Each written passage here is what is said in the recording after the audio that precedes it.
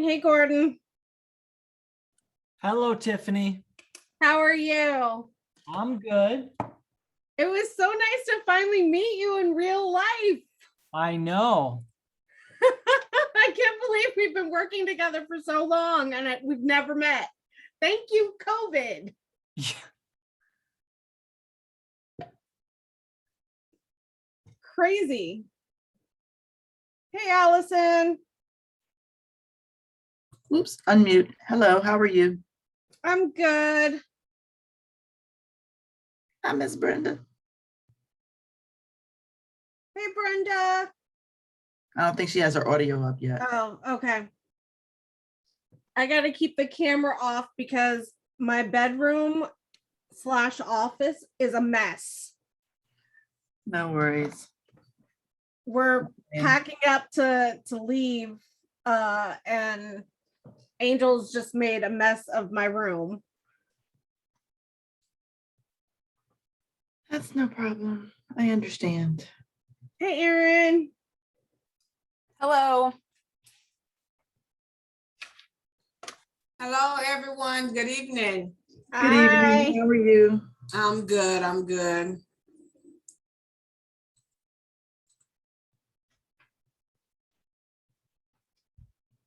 Mm.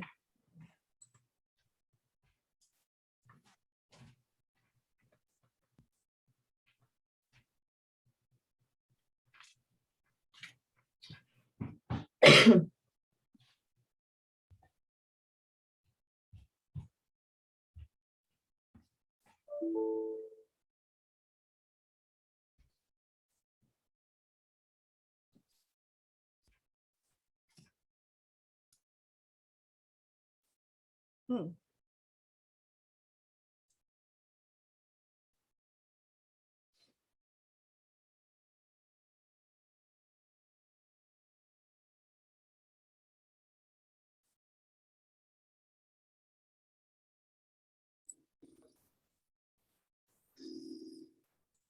Gordon,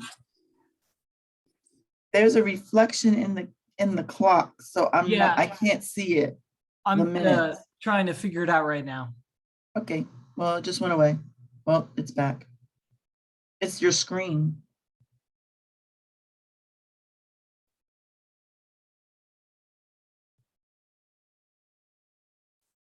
Hi, Jeff. Good evening. How are you? Pretty good, in you? Hey, Jeff. All right. Yeah.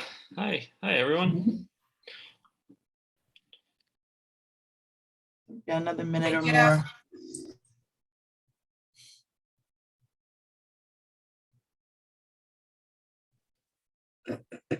more.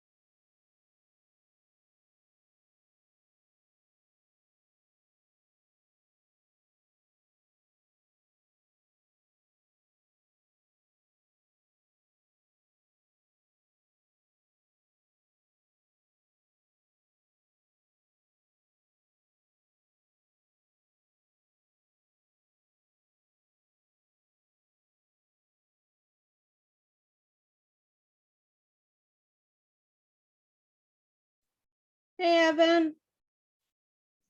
Hey Tiffany, how are you? Good. I sent you a tweet message, just FYI. I saw it. Thanks. Okay. Okay. So we are waiting for two more commissioners to join the call. I know one of them is trying to log on now. So I'm going to give them one more minute to get on and then we can get started. I want to be respectful of people's time. Gordon, can you be on the lookout for Commissioner Jocelyn Johnson and Commissioner LaRoya Huff and elevate them to panelists when they arrive? Yes. Thank you. So I'll give them one more, well, I'm going to give them about 30 more seconds. Jocelyn just came in. Okay.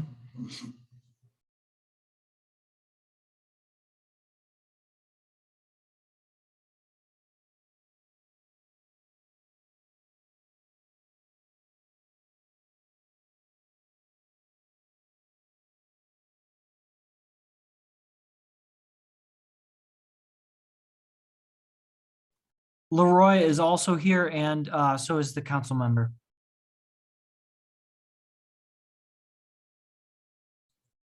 Wonderful. Then I will go ahead and call the meeting to order since we have everyone here. Council member, we have a couple of administrative tasks to go through before we hear from you. So give us a minute to get there. And I'm sure you'll want to hear from residents. So we're going to have community concerns before you speak so that you can hear the concerns of any residents. Okay. All right, wonderful. So I'll call this meeting to order. Commissioner Palmer, can you take the roll call, please? Yes. 4B01, Let me call you back. Getting ready to get started. Present. 4B02 is present, 4B03. She's present, she's waving. Okay, 4B04, Present.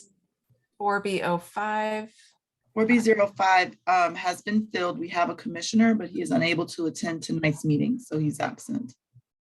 4B06, My apologies. Present.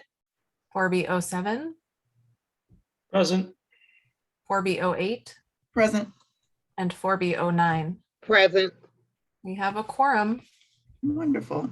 So as most of you know by now, we ask that you use the raise your hands function if you're on the Zoom. And if you're on your phone, we ask that you dial *9 to speak during community concerns. You'll be called on one at a time.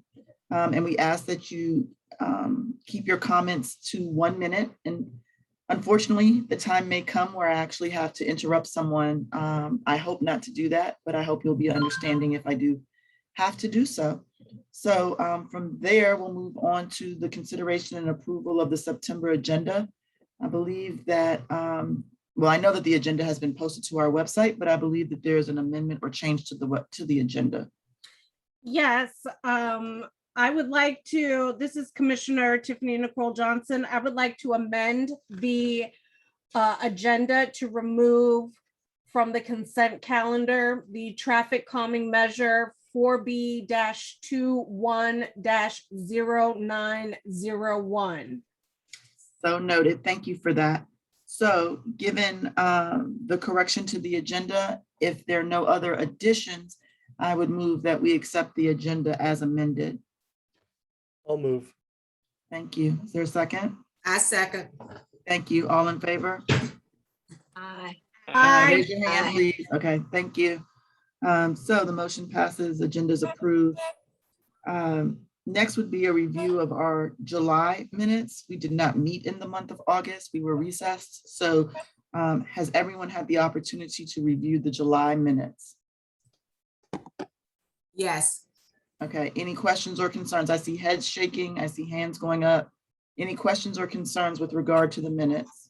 I had none. Thank you. Given that I've not heard any question or concern, I move to approve the minutes as submitted. Is there a second? I second. Thank you. All in favor? Aye. Aye. Aye. Aye. Okay, thank you very much. The minutes are approved. Treasurer's report, quarterly financial report for the third quarter 2021 and consideration and approval of the budget for fiscal year 2022. Commissioner Bramagen, the floor is yours. All right. Yes. Okay. So let me do this in the order on the agenda. First, just a treasurer's report for which I will report that the current balance in our checking account is $35,884.16. The second piece is quarterly financial report for the third quarter of 2021. I will screen share that very briefly. So this is the report that we have produced showing the balance forward, total funds available, total disbursements, and the ending balance for this quarterly financial report of $28,128.94. Are there any questions about the quarterly financial report?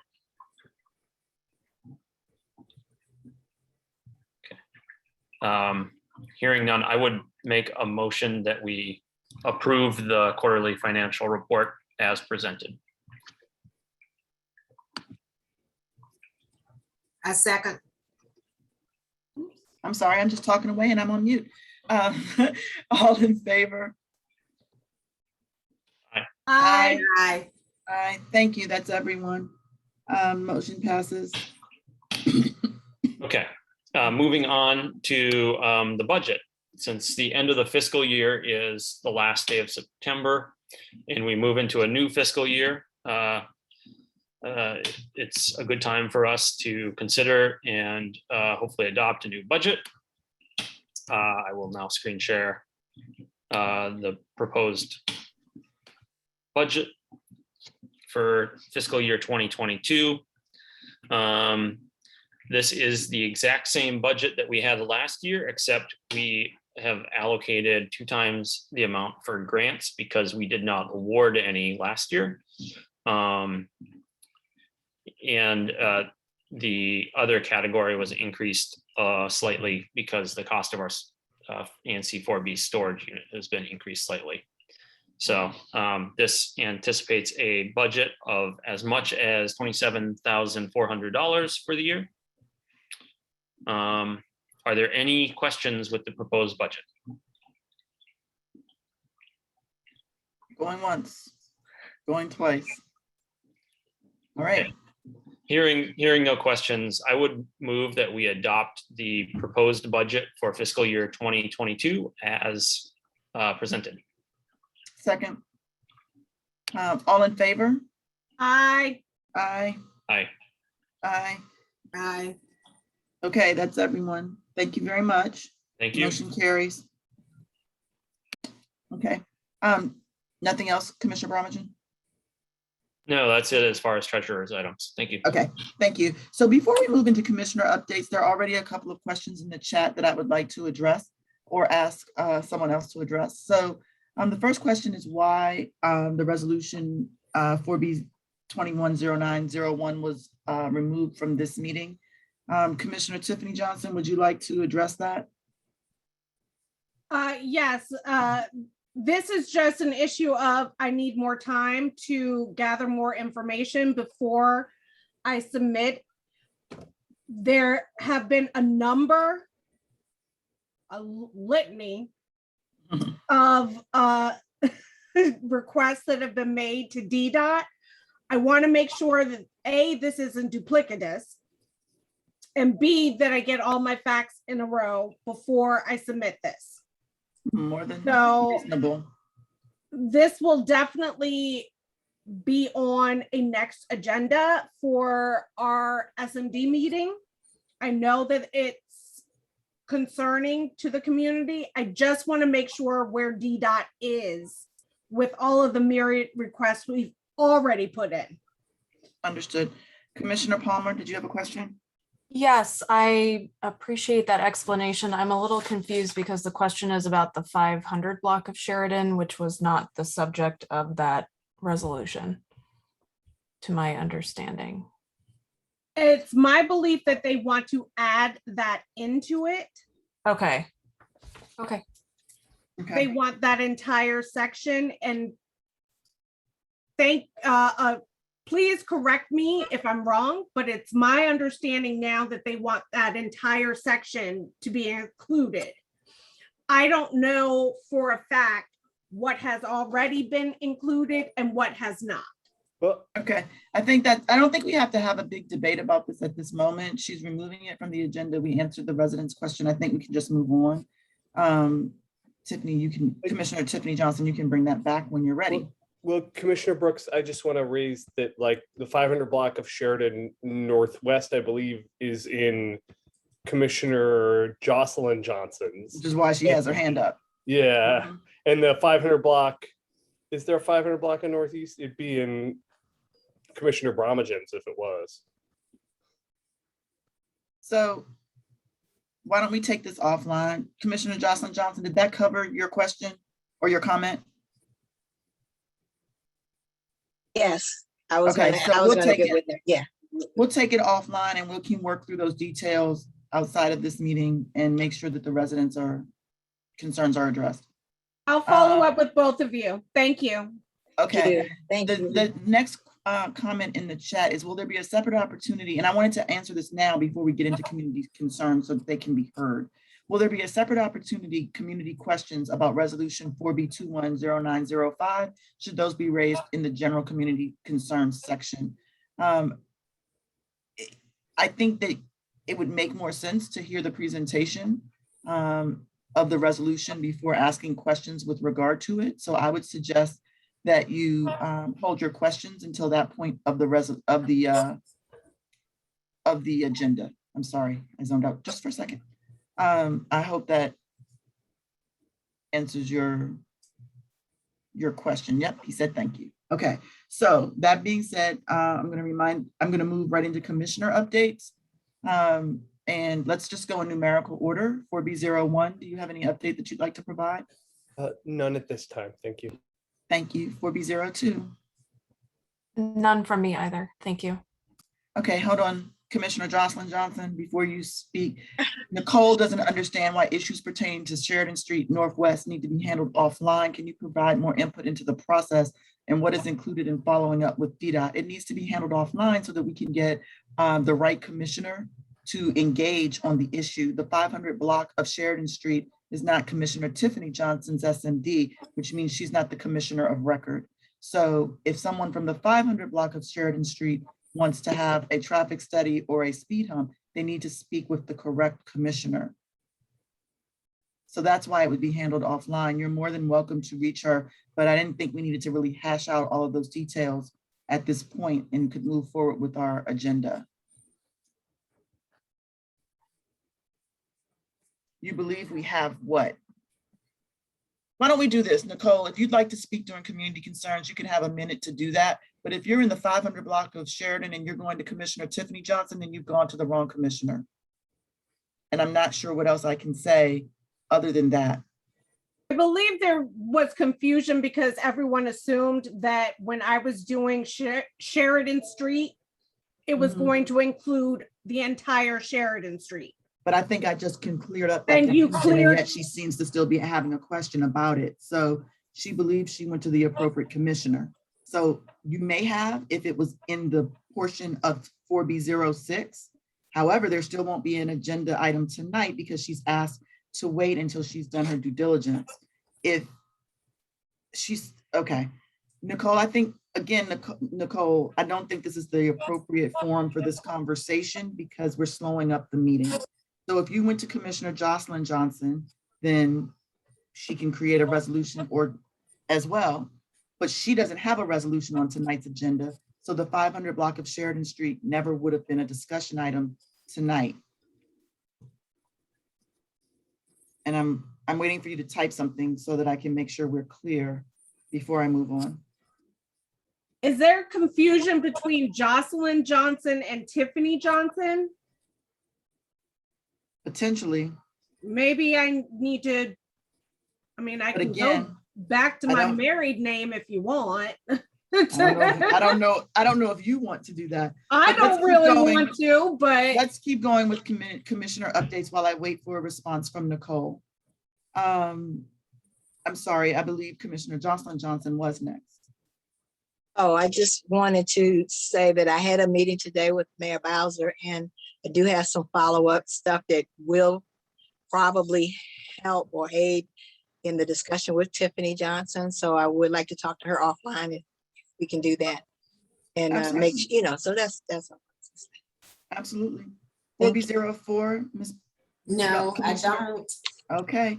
4B05, as I mentioned earlier, is not available for this evening's meeting, but I do want to make sure that everyone recognizes that there is now a commissioner in that seat. His name is Graham Button, and he can be reached via email at 4B05 at anc.dc.gov.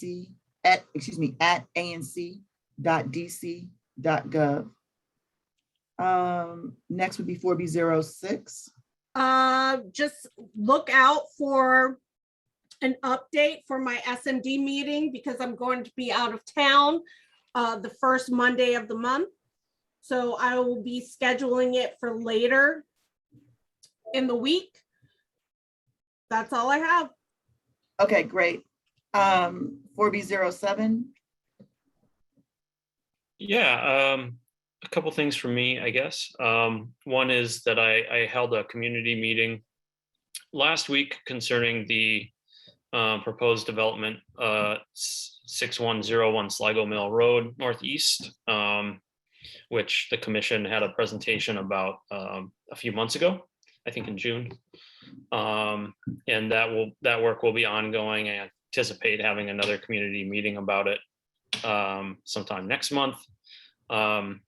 And the other update I was going to provide is that the commission had voted to support I think in the spring, the installation of what's called a fit lot at Lamond Recreation Center, which is outdoor exercise equipment, purpose built. And that is now installed. So I just wanted the community to be aware of that. I think that's it for me. Thank you. Wonderful. So 4B08, the happenings in 4B08 are fast and furious. We have a presentation tonight about some future renovation. We've had some speed hump installations over the last couple of, since our last meeting. And we've had some denials of some speed humps since our last meeting, just to keep residents updated. The Oglethorpe Street Northeast request, I'm sorry, not Oglethorpe, Quackenboss Street request was denied. In the denials were specific to each block, each portion of the block, but the additional speed hump request was denied for Quackenboss Street. So that is an update that I needed to provide tonight. Okay, and then let's move to 4B09. Good evening. Good evening. So I will resume the 4B09 monthly meetings, but I want to take a look at what works best for folks so that we can work together to continue to move the SMD forward. And I think that's pretty much it. Thank you. Okay. Thank you. Oh, one other thing, I'm sorry, because it has to do with the Recreation Committee. So I invite folks that are interested in being a part of the committee under 4B, which would include Lamont, Riggs, LaSalle, Emory, and Tacoma, to come forward. I believe it's already posted, right, Allison? Yeah, we're not on the listservs. Okay. So I encourage people to work with me to make sure that we have services or oversight with some work with DPR. Thanks. Great. Okay, so let's move into community concerns, please. Again, please use the raise your hand function or *9 on your phone if you're interested in speaking for 1 minute or less.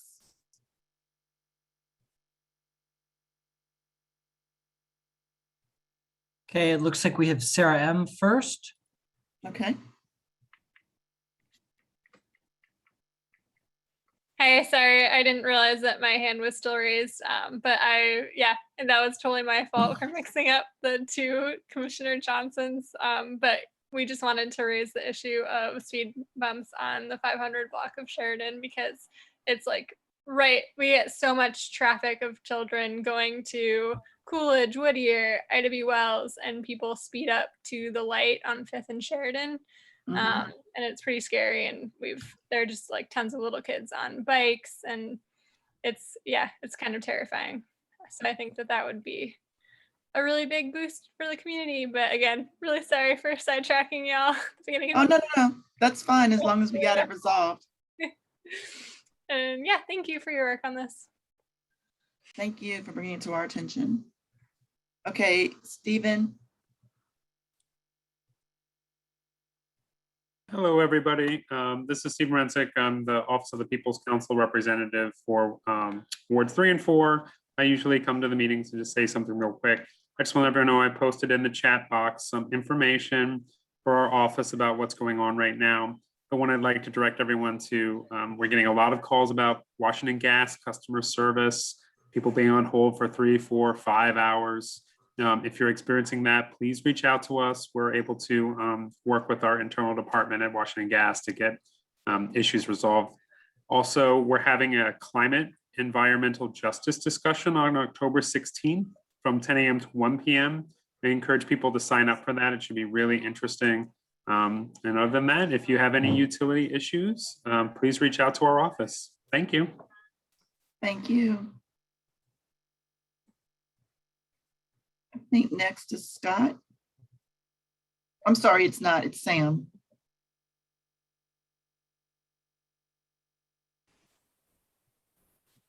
All right. Hi, everyone. Thanks for all the work you do. Just quickly wanted to raise two things. One is the problem property there in the 100 block of Kennedy Street Northwest. I'm a longtime resident. We also send our daughter to daycare right on that block there. Just, there's been kind of recurring issues and violence, and just kind of wanted to love to hear from MPD or any updates about, developments on the 100 block there. The other thing is just I'm curious to hear about the Phi Beta Sigma project. Very supportive of development, and I think it could be really great. But I know, just talking to neighbors, I'm sure there's also curiosity about just communication and kind of keeping updated on how all that's going. So excited to hear more about Phi Beta Sigma, and then if there's any updates on the violence and just goings on the 100 block of Kennedy too. I'd be curious to hear. And that's it. Thank you. Okay, so I'm just gonna respond quickly because that's my SMD. Captain Porter is on the phone tonight to give an update. So I'm gonna wait until after he speaks, Sam. And if at that point you still have a question or concern, please raise your hand again while Captain Porter is on the call. And I'm equally as excited about the Phi Beta Sigma presentation, and hopefully it leads to great things. Scott. Good evening, commissioners and fellow constituents. I hope everyone's doing well tonight. And thank you, commissioners, for all your hard work. It is such a beautiful night, and all the talk of speed humps and speed bumps reminded me of something. And that's once upon a time, a long, long time ago, the DDOT's traffic safety assessment used to be much more dense and offer all sorts of different traffic calming options. Including pinch points, chicanes, bump outs, bulb outs, that sort of thing to slow traffic. That speed bumps and speed humps aren't necessarily the only options for traffic calming and traffic mitigation. And the reason that I mention that is because on a beautiful night like tonight, I have all my windows open. And the last thing I want to hear is thump, thump, thump, thump of cars going by all night long.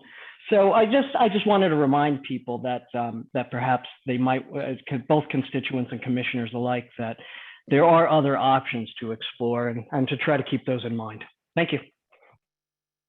Thank you. I'm guessing that Uptown Main Street is Gabriella. Good evening, commissioners and neighbors. I wanted to, first of all, thank all of you who came out for Art All Night. We had events on First Street, First and Kennedy, Second and Kennedy on Friday night. And it was a very, very big success on our first Art All Night. So thank you. We hope we can do this again next year, but we want to continue some of these positive activities on our streets for the fall. We will keep you updated. And just, good support. I want to thank our council member, MPD, the different ANCs all over the Ardell night activation points. And again, the neighbors, we had hundreds of people come out at the different nodes. So thank you, and stay tuned for more activities from Uptown. Wonderful. Thank you very much. So before you go, Gabriella, I just want to add, I don't necessarily receive emails from Uptown Main Street because the majority of your swath is not my S&D, but the first and Kennedy through second and Kennedy portion is my S&D. So if possible, would you please add me to your mailing list? Yes, Thank I you. thought you were already on there. I know that we No. sent individual emails inviting folks, individual emails to the ANCs. I hope that you received them. No, I'm not About receiving specifically anything. about Ardell Night, the detailed agenda, in addition to the listservs, but that's for everybody. We sent emails to individual commissioners. Yep, no, I'm not on your email distribution list. Yeah, so I'm sorry you did not get it, but I did see it go out. Okay, And I so just will see texted what you my happened. email address. Yeah, so I will double check if there was some kind of a bounce or something, but Okay, we do also have a newsletter. And again, all of that went out before Ardell Night, but certainly if you're not on it, we can add you. People can also sign themselves up for that newsletter. And again, just keep up to date with what we're doing, but we will pay more attention to individual ANC commissioner emails. thank you. Nicole? Yeah, thanks to the commissioners and for everyone for giving us this opportunity to just raise the concerns we have on Sheridan Street. But I wanted to echo what Sarah was saying just around the number of kids and it seems like it's just an uptick in cars just speeding in the area. And we understand that Sheridan Street is a street that's used for various reasons and it's not one way like some of the other streets that are quieter. But it really is a danger with all of the kids, and we have little kids. Like it's a very real concern. So you'll hear kind of some of that passion, I think, around the issue from some of us on Sheridan. But also just wanted to clarify what the next steps are. I know we've reached out to Jocelyn Johnson and had some communication there, but are there additional steps that residents can take to kind of push this forward? Is this all kind of in someone else's court at this point? Just want to get clarity on the project. Certainly. So by tabling the conversation for now, I'm in no way saying it won't be addressed. Speed hump requests go through the ANC commissioner. They require a resolution, so they have to be on the agenda. Obviously, our agendas are noticed. And before a speed hump resolution is issued, a commissioner needs to have a handle on how many residents on that particular block are interested, in having speed humps. And it's not so much that I need everybody on your block to come to community concerns and say so, but that individual commissioner needs to have a handle on their S&D and have an understanding of what's going on. You've brought it to Commissioner Jocelyn Johnson's attention. I'm sure she'll get in touch with some or all of you and then bring it forward at a future meeting. So the process, just to be clear, is you make a request from your ANC commissioner.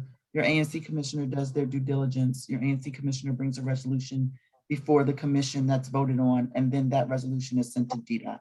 And DDOT then reviews the request and makes a decision. Okay, and just to make sure. Okay, that's helpful. So where you're saying we're at is the commissioner doing a review to assess how many people want a speed bump. And then there would be a resolution that would be submitted by the commissioner if there are enough people who say they want a speed bump. Is that right? And then the rest of the okay. Yes.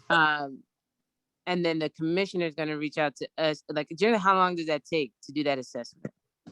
To do what assessment? For the just to find out like how many assessment? neighbors want a speed bump and things like that. I mean, that's very individualized. It's not that it takes time. I mean, it depends on her schedule. It depends on her other meetings. It depends on her job. You know what I mean? It's not like it has to take 30 days or something, right? It could all be done tomorrow if she has the time to do it, or if she wants to walk out on Saturday and find that out. That's a subject. Unfortunately, that's subjective. Yeah, no, but that's helpful to know that. So cool. Okay, thank you. You're very welcome.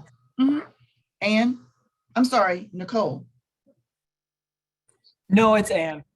Okay.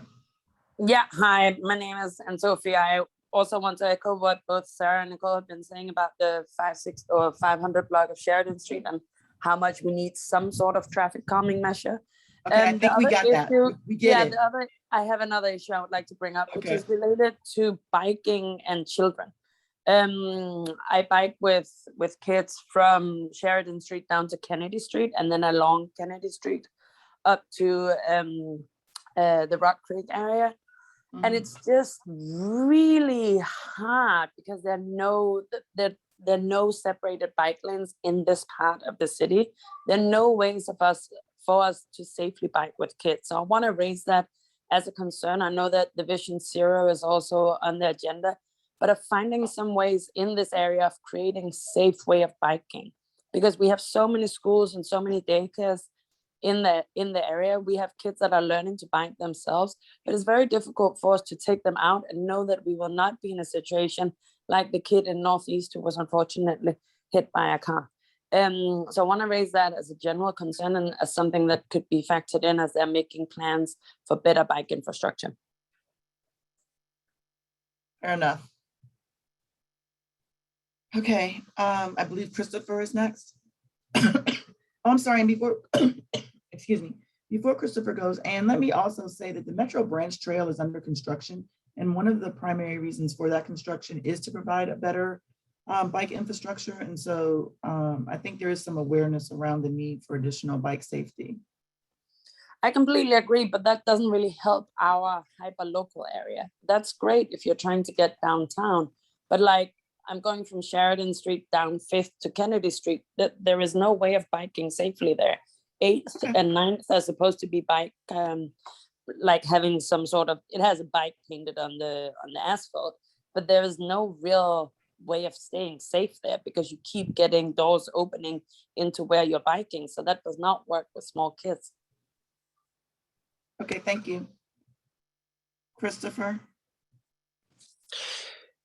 Yeah, hi, my name is Chris. I live at First and Kennedy, and I just want to thank Councilmember Lewis George for her work to get expanded services and more violence interrupters and other responses to the gun violence that we've seen.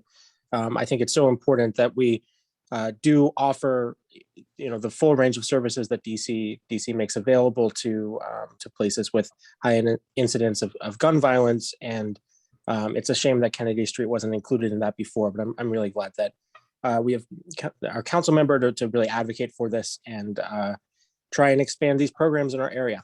So thank you. Thank you. Jason, I believe Jason's last. Thank you, Commissioner Brooks. And I live in 4B02, but actually my question is for Commissioner Brooks because my kids are at DC Bilingual, which, as you know, is sort of right across the street from you. And you had DDOT into this meeting, several months ago, and they announced then the great news about moving forward with the traffic signal at First Street Northeast and Riggs. And it was supposed to happen in the spring, and then it got pushed back to the summer. And when we got back to school this fall, there's this construction going on, which we understand is Pepco, and that's slowing it down. Just wondered if you have any sort of update on the timeline for Pepco being done there and that traffic signal moving forward. The timeline from Pepco is kind of vague. It's the fall. So my understanding is immediately following the Pepco construction, DDOT will come in and put the traffic signal in. They were prepared to actually do it a long time ago, but couldn't because of the Capital Grid project. So unfortunately, I don't have a firm date, but I think, by the second semester, January, when you come back to school, I think it's a safe bet that it's installed by then. Thank you. Just to, level set expectation. I wouldn't look for it before Thanksgiving. Okay, thank you. Okay. All right, I think we've covered all of the community concerns at this point. I don't see any other hands raised. Is there anything in the chat, Commissioner Yates, that I missed? Yeah, I did have one comment, but it appears to be related to a later resolution. I can read it now, or, I mean, it'll probably go down I probably won't know to come back to it when it's time. So Kimberly Harrington asks on the DGS dashboard, I can't stay out for the full meeting, but I want to put out there that I fully support the pressure for real-time data and transparency. I'm a social worker in a DCPS middle school, and despite the overwhelming efforts by principals and teachers, schools are not safe. COVID is spreading widely, and the data is limited and questionable. It's infuriating to see the state of schools facilities when DCPS and DGS had 17 months to prepare for reopening, and problems should have been fixed before that, and they didn't do what they needed to do. And I see one more question that's come in since then. Paul wants to know, is there an update on the Tacoma Aquatic Center construction program? That's a question for our reports that come later, I think. I don't have any updates on that as a commissioner. I don't know if anyone else does. It looks like we have one other hand raised as well. Okay. Yes, hi. Good evening, y'all. Thank you for all your hard work. My name is Henry. I'm just here representing the intergenerational community building Genesis at 6925 Georgia Avenue. I believe that's Commissioner Palmer's section, and I just wanted to thank her for her work in affordable housing. And I wanted to I wanted to see if she'd be open to meeting with some of the residents, whether it's virtually or in person at some point, to gain some insight and probably support on some community issues that have come about in the surrounding area, and then maybe some help with accessing services by DPW. And I just wanted to see if I can possibly provide her with that via email, or what would be her preferred medium of communication for that purpose. Thank you. I'm happy to connect. I put my ANC email in the chat. It's 4b02@anc.dc.gov. Wonderful. So I'll go ahead and I'll make sure to link you up, Commissioner Palmer, with two of leader members in the community to be in touch with you and work with your team in a potential date coming up this fall for you to join them in dialogue and conversation and see what your insight and direction can help in the overall agenda for the community growing. Thank you. Wonderful. Okay, we are going to move into the report section of the agenda, and I'm going to turn the floor over to Councilmember Janice Lewis-George. Awesome. Thank you for joining. Thank you so much. Good evening, ANC 4B. I am happy to be home, which is I'm actually live from home in 4B, where I'm proudly represented by Commissioner Brenda Parks, who I get to see all the time as my dog Sully is barking loudly in front of her home. But I really wanted to come back, take this opportunity. I know it seems like it was ages ago, but actually the budget was passed in August. As you all know, the budget was pushed back twice in order for the executive branch to be able to put in the federal funds. So as a result of the budget being pushed back twice, our budget vote was much later this year. And so wanted to make sure we come back. I know it feels like a long time ago, but we're only in September. So I promised a budget report back. And so I wanted to take the opportunity to report out what Ward 4 wins we had on the budget in the different areas from our different committees. And then also be willing to answer any questions. I know I have a 10-minute slot, so I gave myself 30 seconds to 1 minute, Chairwoman Brooks, to get through each slide, and I'm hoping to stick to that. You've timed it? I did. So, I'll see Thank if I keep up with it. So if you could, Joanna, could you please share screen and put it on the screen, please? Thank you. All right, so I think the first slide really just outlines sort of where we were with the budget. Our final council vote was on August 10th, 2021 for the budget. Sort of, I just went through sort of what that process looked like and why it took longer than usual this year, because we had to infuse the federal dollars into the budget, which was a large task for the executive, which means we pushed that out. But I want to thank everyone who engaged in our Ward 4 budget community as well. I want to specifically thank ANC 4B for your role in this. This is not just my budget win, this is our budget win. And so your resolution helped secure these investments. Many of your resolution inspired a lot of the fights that we had to make sure that we had an equitable and people first budget. And you also have shaped a lot of legislation, including legislation that's coming up soon, which is abandoned vehicles. Shout out to Commissioner Palmer, as well as I think Scott Knickerbocker started that work. So hey, Scott, abandoned vehicle legislation coming. I'm hoping you're going to testify in support of it as well. Many of our budget priorities really came directly from the Ward 4 budget forum. And so just wanted to thank ANC 4B for your leadership, each and every one of you who participated in the budget, also passing a resolution that really helped inform that work. So want to get started with some of the budget wins for Ward 4. Traffic safety and infrastructure. We just heard a lot of questions about traffic safety. Obviously, that is top of mind and a huge priority that we continue to work through, specifically with DDOT. We were able to secure $1.7 million for our traffic safety improvements to Georgia Avenue specifically. And so we are continuously working with DDOT. We just had a meeting 2 weeks ago to infuse that $1.7 million on the Georgia Avenue corridor. I have reached out to several commissioners who there are some proposed changes to Georgia Avenue that impact them. And so I've been working with not only 4B commissioners, but a number of our 4D commissioners who will be also assisting in sort of what those traffic safety improvements will look like for Georgia Avenue. We were able to fully fund the Vision Zero Omnibus Act with dedicating revenue to that. I know that was a huge push that many advocates made, including this commission. And so we were able to make that happen. We have the funding to complete the Metropolitan Branch Trail to Tacoma. And as Commissioner Yates said, it's not yet finished. And so a commitment to Commissioner Yates to make sure that's going to be completed, but we do have the funding to complete it. So now it's really making sure DDOT takes the steps to do that.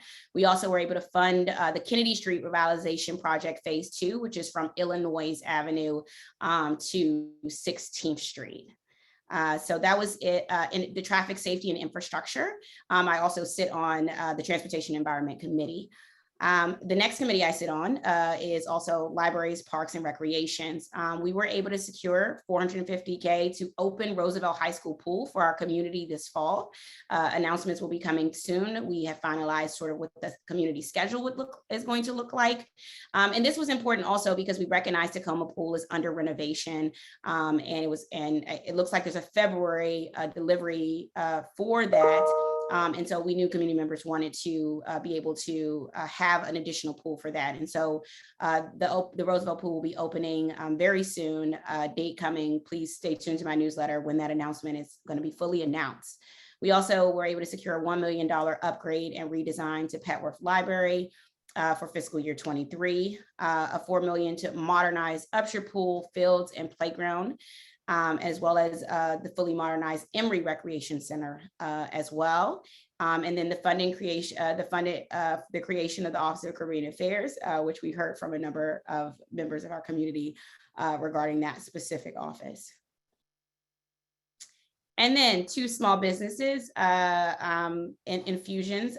We were able to invest $200K to establish a new Petworth Main Street Association. We heard from many of the small businesses on the Georgia Avenue corridor and Upshur corridor who were not represented by any of our current main streets, and wanted to support those businesses. Many of those businesses are legacy businesses, women-owned businesses, minority-owned businesses who will benefit from having a new Petworth Main Street. And that is actually coming, and they're doing the bidding process for that. And so hopefully next year, Petworth Main Street will be a part of Art All Night, which was a great night. And so I know Gabrielle Mossy just talked about it, but it was wonderful. And so I'm looking forward to see what Petworth Main Street. The other piece was thank you to the advocacy of our Tacoma ANC commissioners, as well Commissioner Yates, Commissioner Palmer, for supporting. We were able to give $36K to Tacoma Main Street to support the DC businesses in Tacoma. And I know that's something you all been advocating for a number of years, to make sure that we infuse our part into Tacoma Main Street, as we have so many amazing businesses at that corridor. Shout out to Lost Salt Coffee, Turning Natural, and unfortunately Donut Run, which is a huge problem for me, and I need to stop going there. And so that is going to support the Tacoma Main Street and the businesses in Tacoma. Next up, we have our investments in education. And so we were able to find the funding, $3.25 million, to provide a full-time librarian for every DC public school. And that included, we were missing librarians in 3 of our schools, potentially going to miss them. We were able to put together an amendment to ensure librarians in school. And so I did meet Roosevelt's new librarian, as well as Roosevelt State's new librarian, which was the former, who used to be Wilson's librarian. And so I'm really excited to see them do the amazing work that librarians do and support our students. We were able to accelerate modernizations for Truesdale, Whittier, and LaSalle Bacchus. And so those are the new dates for modernization as we continue to work to accelerate and make sure those schools are taken care of. We did infuse $8 million for school-based mental health in DCPS and DC public charter schools, in order to ensure we had the mental health supports that students needed, families needed, as we navigate still a pandemic. And then, as everyone saw, there was a 3.6% increase to the uniform per student funding formula, with increased resources to students who need the most support, which was a great increase. We originally, I think, asked 4%. We got 3.6. So we will continue to fight to make that increase happen more. A number of community safety and justice investments happened for Ward 4, $14 million in violence interruption for the Office of Neighborhood Safety Engagement. We doubled the DC OAG's Cure the Streets and restorative justice programs, and we'll have an announcement soon coming from that doubling of funds. We also have $4.5 million to expand the Pathways Transitional Employment Program, which will include a cohort dedicated to Wards 1 and 4. They're actually looking for a location in Ward 4. I will be in touch with 2 Ward 4, 4B ANC commissioners who are who location for that Pathways program is potentially will be in in 4B. And so as we pick that location for Pathways, we will be in touch. And then $11 million in aid, coaching, and peer navigators for our returning citizens as well. We were able to do a few things, lifting up workers and working families, $41 million in cash assistance to workers who are excluded by the social safety net. We did $500 to residents. This is Councilmember Alyssa Silverman wanted to give $500 to residents who waited 60+ days to get unemployment benefits. As you all know, there were a number of egregious waiting periods for people to receive their unemployment benefits. So there is a $500 check coming to those individuals for that waiting period, for those who waited for 60+ days to get their benefits. We were able to expand paid medical leave from 2 weeks to 6 weeks for DC workers. The goal is to get to 12 weeks. As you know, that was what I was advocating for, but I think this was a great first step, going from 2 weeks to 6 weeks for DC workers who I think this year and the last 2 years have really shown why paid medical leave is so important. And we should continue to make sure we're fighting to make sure our workers have that safety net as well. There was $32 million to create a baby bonds program to invest in kids from birth, as well as $72 million for cost of living raises, which is the COLA for DC government workers. Many DC government workers were concerned that they would not get their cost of living raises, and those will be coming. And so that was an investment we were able to make for our workers and our working families. Want to talk a little bit about affordable housing and ending homelessness. We were able, as many of you know, I was at the scene of Kennedy Street when we were doing one of the hearings on this, and we were able to do the $11 million to overhaul DCRA into 2 smaller, more effective agencies. And so we have the $11 million dedicated. And so DCRA, in that process of breaking them into 2 smaller agencies, will be rolling out as of October when the new fiscal year begins. And thank you to the advocacy of many of 4B and 4D ANC commissioners who spoke out for that. We have $50 million going to repairs and improvements to public housing units, $14 million to emergency rental assistance program, which I was really passionate about, $400 million to create and preserve affordable housing, as well as a sufficient number of LRSP vouchers to help ensure units that were created through the Housing Trust Fund meet actual DC housing affordability goals. If you didn't hear, there was a Homes and Hearts Amendment that was co-introduced by myself and Councilmember Nadeau and Allen, which helps us address DC's most urgent unmet needs by raising revenue. And this amendment generated more than 100 million this year and 160+ million per year starting in fiscal year 23, most of which comes from residents making $1+ million per year. This funding secures funding to end homelessness for more than 2,400 households per year. Invest in high quality childcare by raising the wages for our early childhood educators who many depended on during the pandemic and depend on to keep everything else going. And we heard from a number of those early childhood educators, many who were Ward 4 early childhood educators, about having wages to support their profession, as well as establish a monthly basic income for DC working families by doubling DC's local earned income tax credit, EITC match. And so in those ways, we'll be able to make transformative investments in our community and get support and dollars to those who need it most. So I was very proud to co-introduce this and pass this legislation during the budget. With that, I only were able to go through a few for each, but some of the War for wins. Obviously, this is just the beginning. We are already preparing for next year's performance and budget oversight as we speak. There are a few key hearings that are coming up that are legislative priorities that I want to encourage community members to testify and commissioners to also testify and support. We have tomorrow the roundtable on school facilities conditions for reopening. I will say that I am coming hot and heavy into that hearing tomorrow. I did have the opportunity to visit all of Ward 4 DC public schools prior to opening, and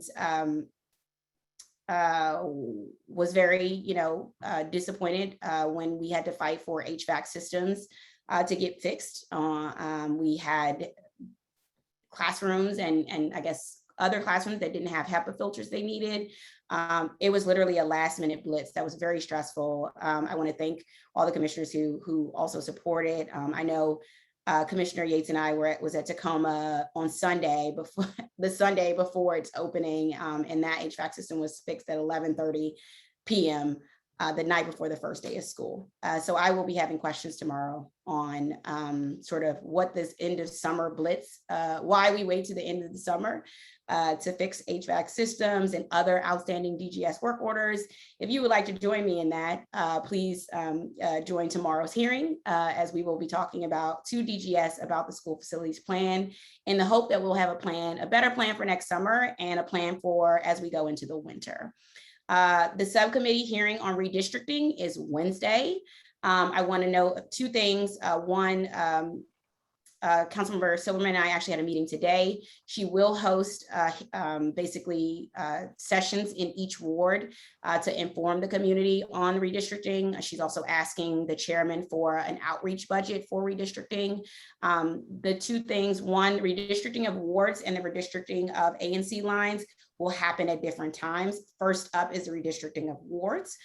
Right now, Ward 4 is safe in its population zone. It's really Ward 6, 7, and 8 who will be impacted.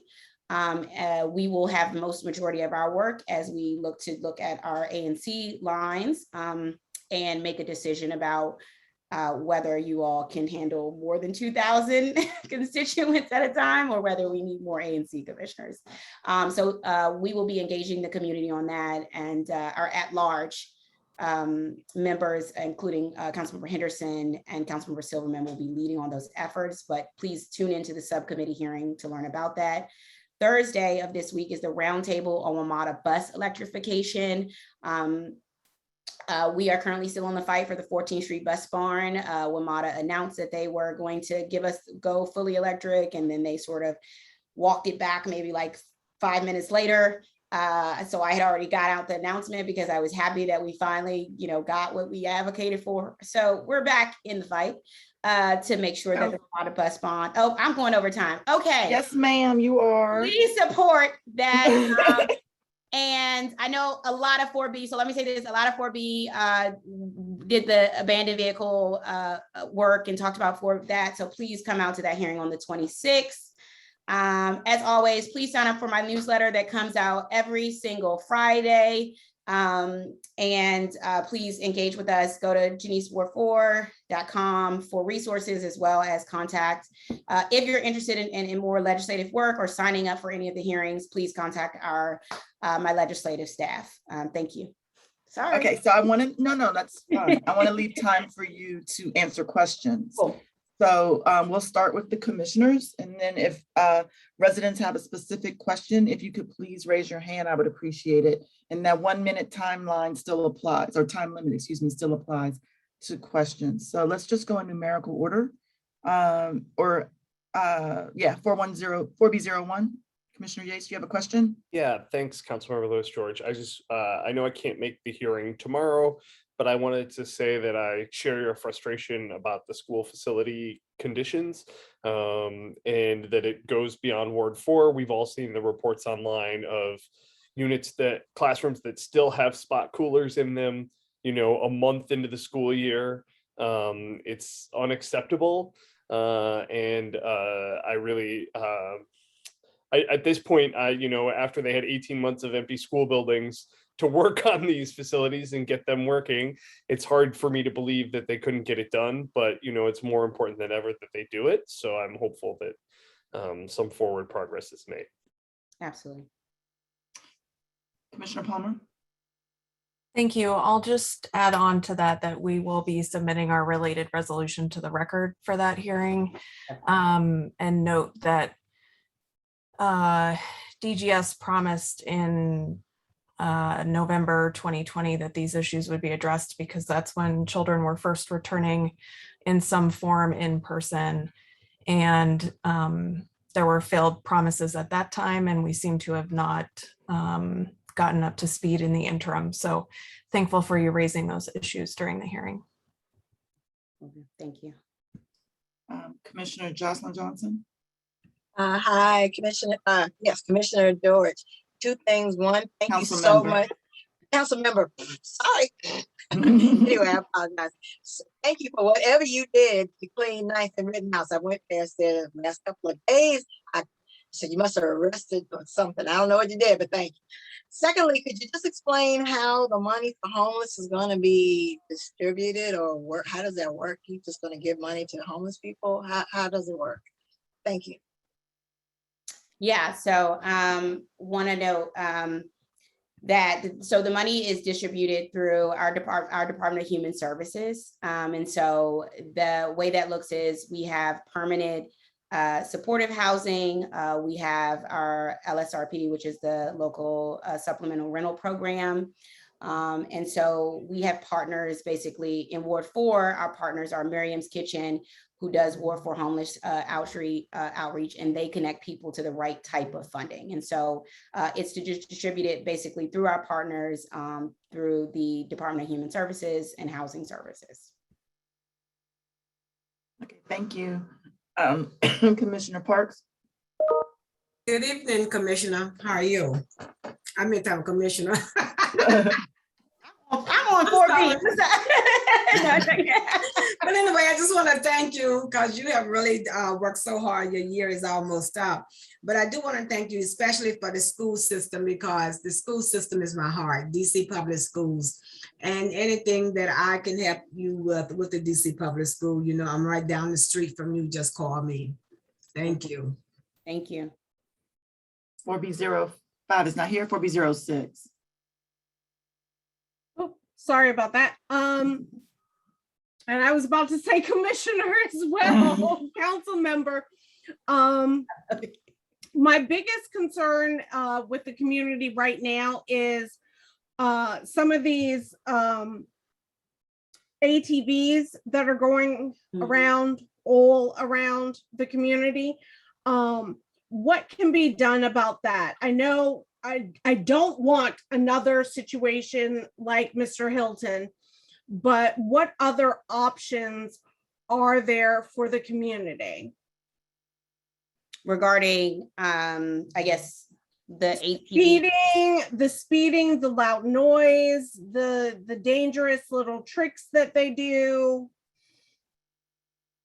I was followed by an ATV the other day, and he was literally on 2 wheels and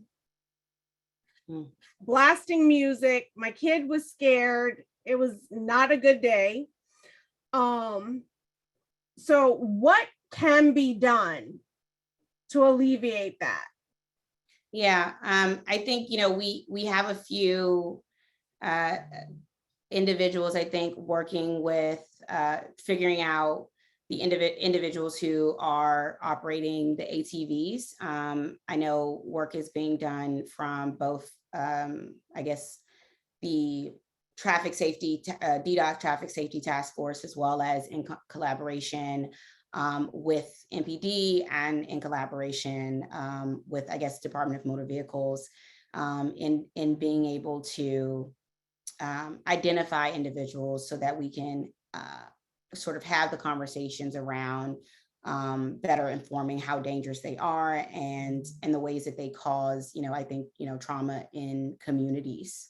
I think from a legislative standpoint, I think all of the laws that need to be in place are in place. And so I think the next step here is really building, I guess, trusted relationship with those individuals, and also finding ways to capture, you know, I guess the information so that we can better inform, you know, the community and also inform those individuals how dangerous these things are. I think it's a combo that's happening in the Transportation Committee right now. And so, you know, we are having conversations in the Transportation Committee because it looks like this is a citywide issue that we're all facing. A few things. I think MPD right now is relying, and they can talk to this, on investigative work to track down ATVs when they are not on the road and can be safely addressed. And they've been relying on community tips and information. I think also we need to make changes to streetscapes and our roads generally, right? To make our streets safer and less attractive for speeding, not just of ATVs, but speeding of motor vehicles, which we've seen have caused so many deaths as of lately. I thank you for that information. It's also a problem because they're doing whatever it is they do on Fort Slocum, but also Tacoma Rec. And so they're ruining the fields. So maybe this might need to be an issue that's brought up additionally with MPS. and DGS. Okay. We absolutely will bring that to, I guess, both committees. Thank you. I don't know what's going on with my camera tonight. It's going off and on. Thank you for that. Commissioner Bromagen, do you have a question or comment? Yeah. Hi, council member. Thank you for taking the time to be with us tonight and for delivering all the wins for Ward 4. There's a lot of really great stuff in there, and I appreciate all of those. Just want to, one thing that seems to keep getting kicked down the road by DDOT is completing the rehabilitation of Eastern Avenue from New Hampshire to Whittier Street. And can we get that in this presentation next year? Yeah. Yeah. And can we work together and ensure that that happens? Because it seems like every year they push completion of their 100% design another year further, and now it says it's going to be ready sometime next year. So let's make sure that happens and make sure it gets funded. Yep, absolutely. Okay, Commissioner Huff.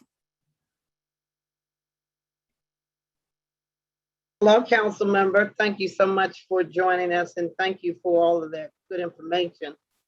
I'd like to know when you could come back out to the Riggs LaSalle site. We were able to get a small playground, $500,000 for an improvement, and really long overdue for the area. I'm glad to be chairing the Recreation Committee for 4B, but I'd like to, when you have the time to come out, I know the last time you did come out, we kind of did multiple things. Yeah. And some things were mentioned, but, moving forward, I'd like to continue to see that site improved. Also want to thank you for the fence that DCRA put on 4th Street. I was going to thank you for your support on that. Go ahead. Yeah, for the barrier there and on 5th Street, so I appreciate that. But I've lived here for 60 years. I'll just go ahead and put it out there, right? Because I'm proud to be my age. But I've just seen, the other areas get large improvements. Mm-hmm. 500,000, while I'm grateful, is a small footprint for a community that I feel deserves the things they'd like to see, i.e. a track. I will be meeting with Shirlita Settles to come up with a plan so that the community is not locked out, the community can play, because everybody that plays on doesn't look like anybody from around, right? Mm-hmm. And so, we definitely need some support. I'm looking at maybe some partnerships to help, make it look a lot better. I agree with Jeff about DDOT. And so I did reach out to you, and so I'm going to ask you again. Tamara is working to try to coordinate something with DDOT because I've not been able to get that going. And as well, look to take a walk with you. But I do want to say thank you. Safety is an issue over here in Riggs Park. We've had murders, etc., right, over the years, and this was never deemed a hot spot, right? Murders in homes, murders on the street, school getting shot out. We just had a shooting again Saturday. What does it take to get those other groups to help us out over here, right? Mm-hmm. Cameras are an issue. It's just a big thing. So maybe I'll, see if you can come out, set a time to talk to you about the neighbors' concerns. But we do appreciate all that you've done to get things going. And we just want to keep the momentum going and work with you. Thank you. Absolutely. Thank you for that. I appreciate it. And I was going to thank you for your support on the 4th Street, and happy that DCRA was able to move that along. I will say I'll be reaching out to you as well because DDOT, I had a conversation with DDOT engaging them regarding, I was just there for Art All Night. And when I was there, trying to cross the road to where Culture Coffee 2 is. And I can imagine when that Chick-fil-A comes and those townhomes are built, it is going to be a mess. The getting out of Walmart, the coming in. So I'm actually planning on coming over there with DDOT because I need them to see in advance that this is a traffic safety issue and not wait until it becomes that issue. So I will be coming out regarding that. I will say, you know, the fiscal year dollars for October for next year comes out in October. Office of Neighborhood Safety and Engagement got more funding and OAG got more funding for CURE. I am diligently working and lobbying for additional resources for Ward 4. And so I'm hopeful to have some announcement mid-October or late October regarding your community and in the hopes that we'll be able to secure the supports that's necessary. And we'll work with you and Ms. Settles regarding the DPR improvements that need to be made as well. Since you brought up 3rd Street, I would just like to throw out there that Commissioner Huff and I submitted a resolution with regard to traffic safety improvements, which I'm happy to send you a copy of, which they never responded to. So it just went into a black hole, as did the resolution to ask them to remove a parking space off of 3rd Street so that there's better visibility coming out of the Walmart parking lot. So I actually sent some emails recently to our representative asking for the status on these resolutions. So I haven't heard back. Apparently she's out of the office for the next few days. So I'm sure that's why I didn't, well, I'm not sure that's why I didn't get a response, but I'll give her some grace and assume that's why I didn't get a response yet. But there's some background that you should probably have before you have that conversation with them so that you have the full scope of the many, many, many requests that have been made with regard to 3rd Street. Yeah, absolutely. I mean, I will say this, I did ask DDOT to give us an additional Ward 4 person. Syra Molina did a great job previously, and now we have Tanya Powell.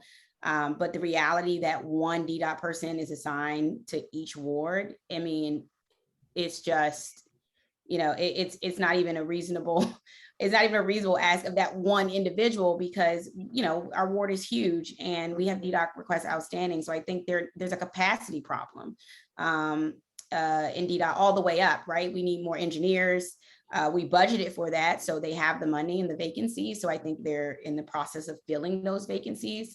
So I want to note that I've asked for expanded capacity so that not to, you know, say, oh, you know, if you have outstanding requests, you're not meeting them, we have to talk about the capacity problem there. If one person can't respond to a ward, which is reasonable to believe that one person can't respond to it, we got to do it. We also have to do a lot of comprehensive work around DDOT.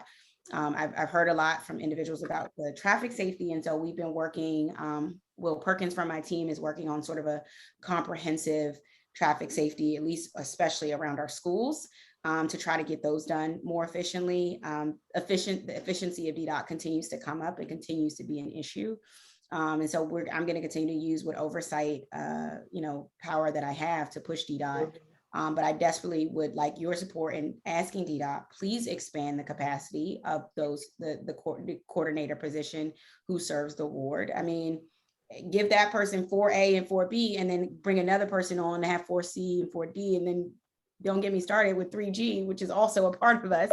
But I want to acknowledge that piece there and get your support on requesting capacity for everything, for our engineers, for our traffic safety assessments. And I know 4B is great at supporting. I will say you guys are one of the best ANC commissioners who support with resolutions, who support with testimony, who support for letters. So I'm going to ask for that continued support. Well, thank you very much for taking the time to come out tonight. I don't see any hands up. There are questions in the chat, Chair Brooks. Okay, go ahead. If you could share. Yeah, Tisha Crockrell wants to know, is there anything that can be done about the HVAC system and other repairs at Riggs LaSalle Recreation Center? I will call Director Hunter and Director Keith Anderson. And I'll send them an email right now tonight, and I'll CC you on it and hope for a response. You will get an email out to both directors and see what's happening there. Paula Edwards wants to know, how will you ensure your appointees to the Ward 4 Redistricting Task Force has a few as conflicts of interest as possible? Paula, thank you for that question. Listen, I just found out today about me having to do this task force. I am stressed. But so I have not made that decision as of yet. I will be honest with you, because I just found it out today. I did find out from Councilmember Silverman and Henderson that they're leaving it up to the ward council members to determine how they do that piece. So I know there's been a few suggestions of, they're, not being commissioners in the task force so as to avoid any conflicts of interest. And so that's something I'm definitely, keeping in consideration. But in the current, I'm doing my research. I've talked to individuals who were a part of the last redistricting process 10 years ago. I'm continuing having some, conversations so that I can make sure we do, we make the best decision as far as who will be on those redistricting task force. But it just came at me today, and I literally said to my team, I'm like, oh man, I do not want to have to do this. And I want to thank our at-large council members for putting us in this wonderful position. And so I will update you on it, but please give me feedback as to ideas that you have. And if you were around for the redistricting 10 years ago, I really want to hear from you and your thoughts and ideas on it, to be honest with you. And then the final question I see in the chat is from Ms. Mack. Can you speak to DDOT about a speed camera on the corner of 5th and Riggs Road Northeast near LaSalle Elementary? It's a safety issue for students for crossing guards. Oh, and Nicole, you may have heard during community concerns about the bike lanes in the community around Sheridan and that area down to Kennedy. Wanted to know how best to raise the issue about protecting bike lanes. I'm going to link them together since I said this was awesome. I appreciate it. So let me say this. I will leave the purview of whether you all want a speed camera on the corner of 5th and Briggs Northeast. Who's SMD is that? Commissioner Huff. Commissioner Huff, to sort of lead the conversation on that. And if that's something that you all want, I'm absolutely, every time a resolution is passed, I am in support, and I will push forward and make sure it gets done. I want to say something. If the speed camera comes and you start getting tickets, I don't want the reverse email, right? Because you all know the Kansas Avenue situation. And that's another conversation about the price, the price tag on tickets, which I think is fair conversation about who those, who traffic violations hurt and sort of the unfair balance there. But noting that if you get a speed camera, then don't come around and then the next thing be like, Councilmember, dude, the camera gave me tickets and I don't want these tickets and you need to do something about it. So when we talk about, I want to have the conversation fully and wholly so that I know what the community wants. But I will say there is, when I was talking about traffic safety for particularly around schools, I'm a huge supporter of us having some standard things. I want to see raised intersections. I want to see flashers. I want to see, it can be, some communities are a fan of the rumble strips, and some communities hate them because of the sound. But I think we can work to put some safety measures, traffic safety measures around LaSalle. And I'm committed to doing that work. But I will go ahead, Commissioner Brooks, I'll let you chime in. And Commissioner Huff. I'll let Commissioner Huff go first, and then I'll close out. Hey, thank you so much. So we also have residents on Nicholson Street, the 500 blocks. I have a laundry list. Okay. To go over with Tamara and DDOT for the walk. And I'll invite the residents that can come out. Mac is one of my block captains. But yeah, there are the flexor posts that's at Riggs and Eastern, all knocked down. The roundabout that's in Allison's SMD that abates mine. I witnessed cars just going up the wrong side constantly because there's nothing to stop them, right?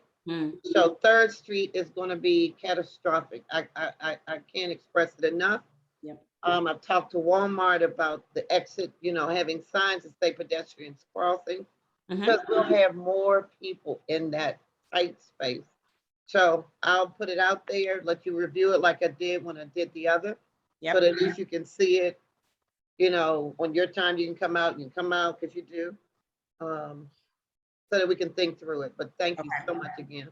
So there's just a general enforcement issue. So I'm going to close with this because I know with certainty council member saw people driving in the wrong direction on a one-way street one day and thought like, this is crazy, right? So she's seen it. It's just a matter of having someone deal with it. And the problem really is that when there's someone out there to enforce traffic calming, then it goes away. But as soon as the person out there addressing it goes away, the behavior returns. And you can only do so much. Some people don't care about paying speeding tickets and red light camera tickets and all those kinds of things, right? So there's only so much that we're going to be able to do to change or modify human behavior, but we have to put forth our best effort. And so to that end, since you're offering up red light or cameras, I need one at the intersection of 5th and Oglethorpe because somebody's car ended up in one of my residents' front yards. And so we can't have speed humps right there because it's going downhill and they run through the light. So, or I'm sorry, not through a light, through the stop sign. And so, if we could hit people with a couple of tickets, I think some of that behavior might hopefully, change. But we also have, which I had planned to talk to Captain Porter about when he gets on next, but I'll bring it up, I'll tee it up now.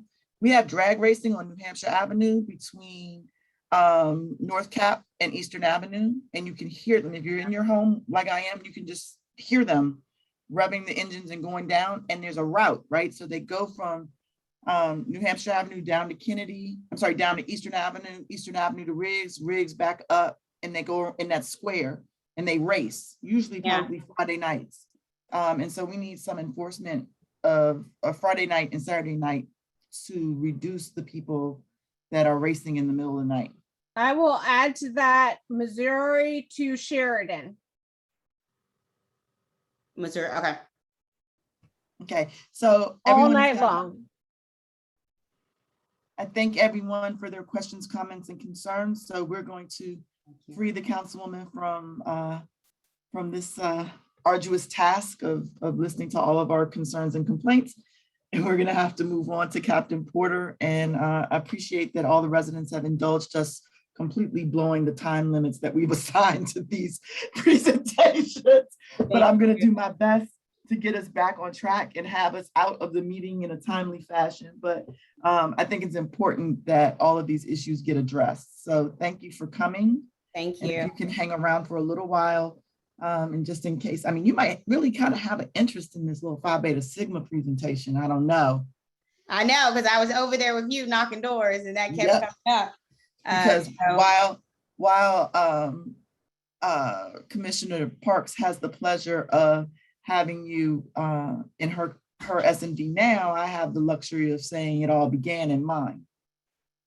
Absolutely, that's true. It's jealousy. I gotta say, right? I gotta keep getting shout outs from my S&D too, Commissioner Parks. Okay. I will talk to you tomorrow about the speed around Paul Charter School. Okay. Got you. Thank you, babe. Okay, Captain Porter, the floor is yours. Thank you for waiting. Oh, not a problem. I'm Captain Frank Porter, on the 4th District Captains. What I'm gonna do is I'm gonna go over it real quick, what's been going on the last 30 days in the ANC. Obviously, the 4th District did not have a good month. It's been very a violent month with a lot of homicides and shootings going on. And the ANC 4B did not escape that violence either. So we're gonna go into the homicides. We did have 2 homicides in the ANC. We had the first homicide happen on in the 900 block of Rittenhouse. That happened around September 3rd. Individual lost her life in gunfire. The second homicide took place on September 10th, around 9 p.m. And that happened in the 100 block of Kennedy Street in the alley, also by gunfire. And that's definitely up some last year. Last year at this time we had 1 homicide, so that is definitely up. The assault with the dangerous weapons when it comes to shootings, or some of them are with knives. We did at 5 in the ANC. When it comes to robberies are down. Not too many robberies that occurred the last 30 days. We had 5. That is down from 7 last year at this time. So the robberies seem like they're not on that rise, but like I said, a lot of gun violence going on in the ANC that I'm gonna talk about here. Let's go to the property crimes real quick, and then I'm gonna go back to the violence. Burglaries, we had 2 burglaries in the ANC. Theft models had 21 theft models, which is down. Last year, this time we had 25, so theft models are not really out of control. Thefts, we had 28 thefts. That's a little up from last year. Last year we had 22, so 28 is up. Most of the thefts do occur. We got the Walmarts, 2 big Walmarts that usually where most of our thefts come from. And then we had stolen motor vehicles. We had 9. That is down from last year. We had 15. Most of the districts are having issues with stolen vehicles. We've been trying to get a hold on it. A lot of vehicles have been getting stolen by people leaving their vehicles running. So we've been concentrating on that aspect of stolen vehicles. We do have an auto theft unit that works on that. I'm gonna go back to the violent crimes that we've been having in the district. A lot of crew members. I'm pretty sure everyone's aware. A lot of crews that hang out around Kennedy Street has been getting into issues with other crews that also live in the 4th district. Some of them live down in the 3500 block of Georgia Avenue, around that area, Morton.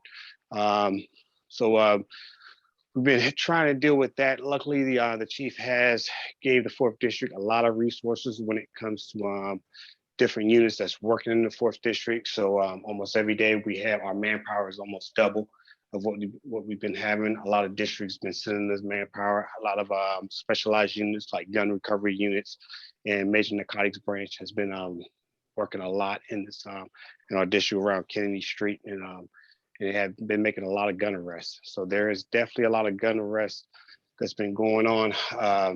And we've been trying to get a handle on the violence.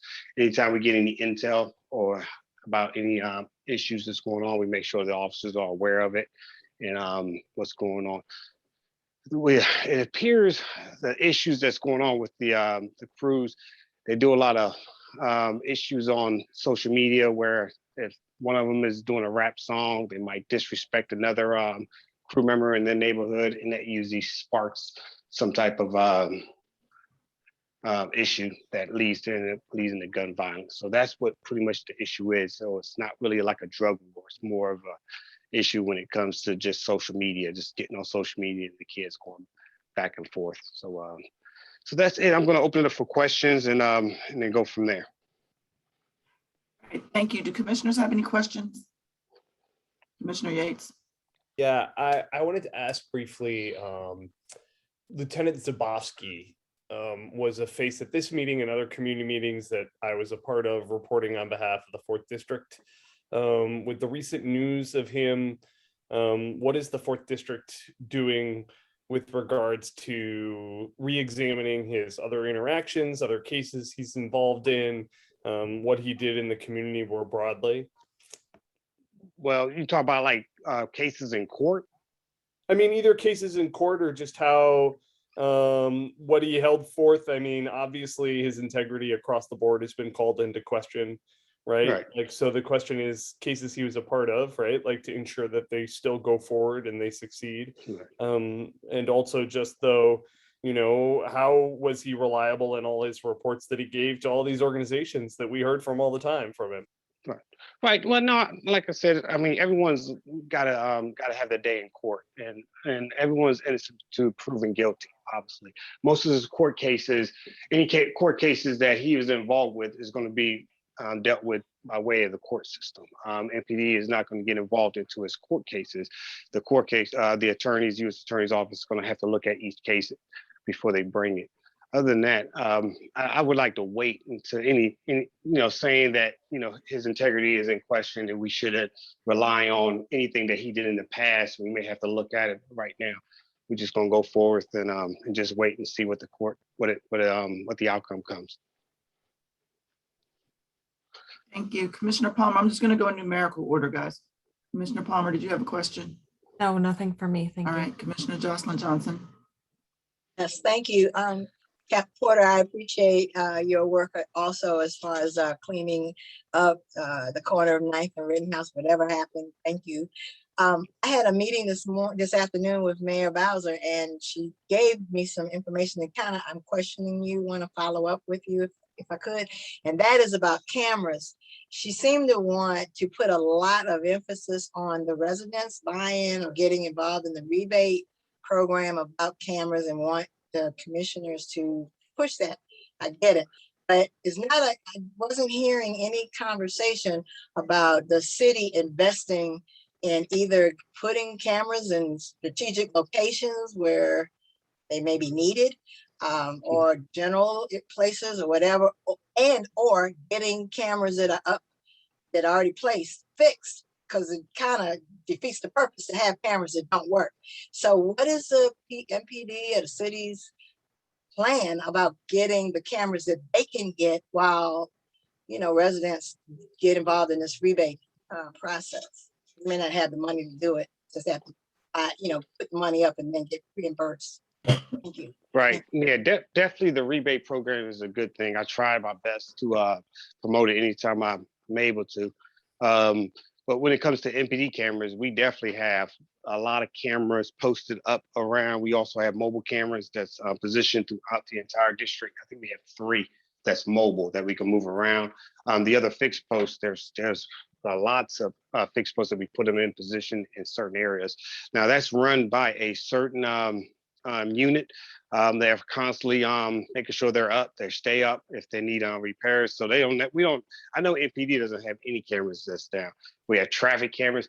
DC has a lot of cameras, and it's surprising how many cameras, if you can go out and commit a crime and not be. That's amazing. It's amazing. That is amazing. That's amazing. Yeah, it's amazing. So it's definitely a lot of cameras, but more cameras, the better. And definitely, I think everybody in every block should have a camera pointing in front of there. A lot of times, I know people think, it's not going to stop the criminal. However, it can capture something. You never know. It may capture something that's going to help the detectives solve something. So it's definitely a good program. Okay. All right.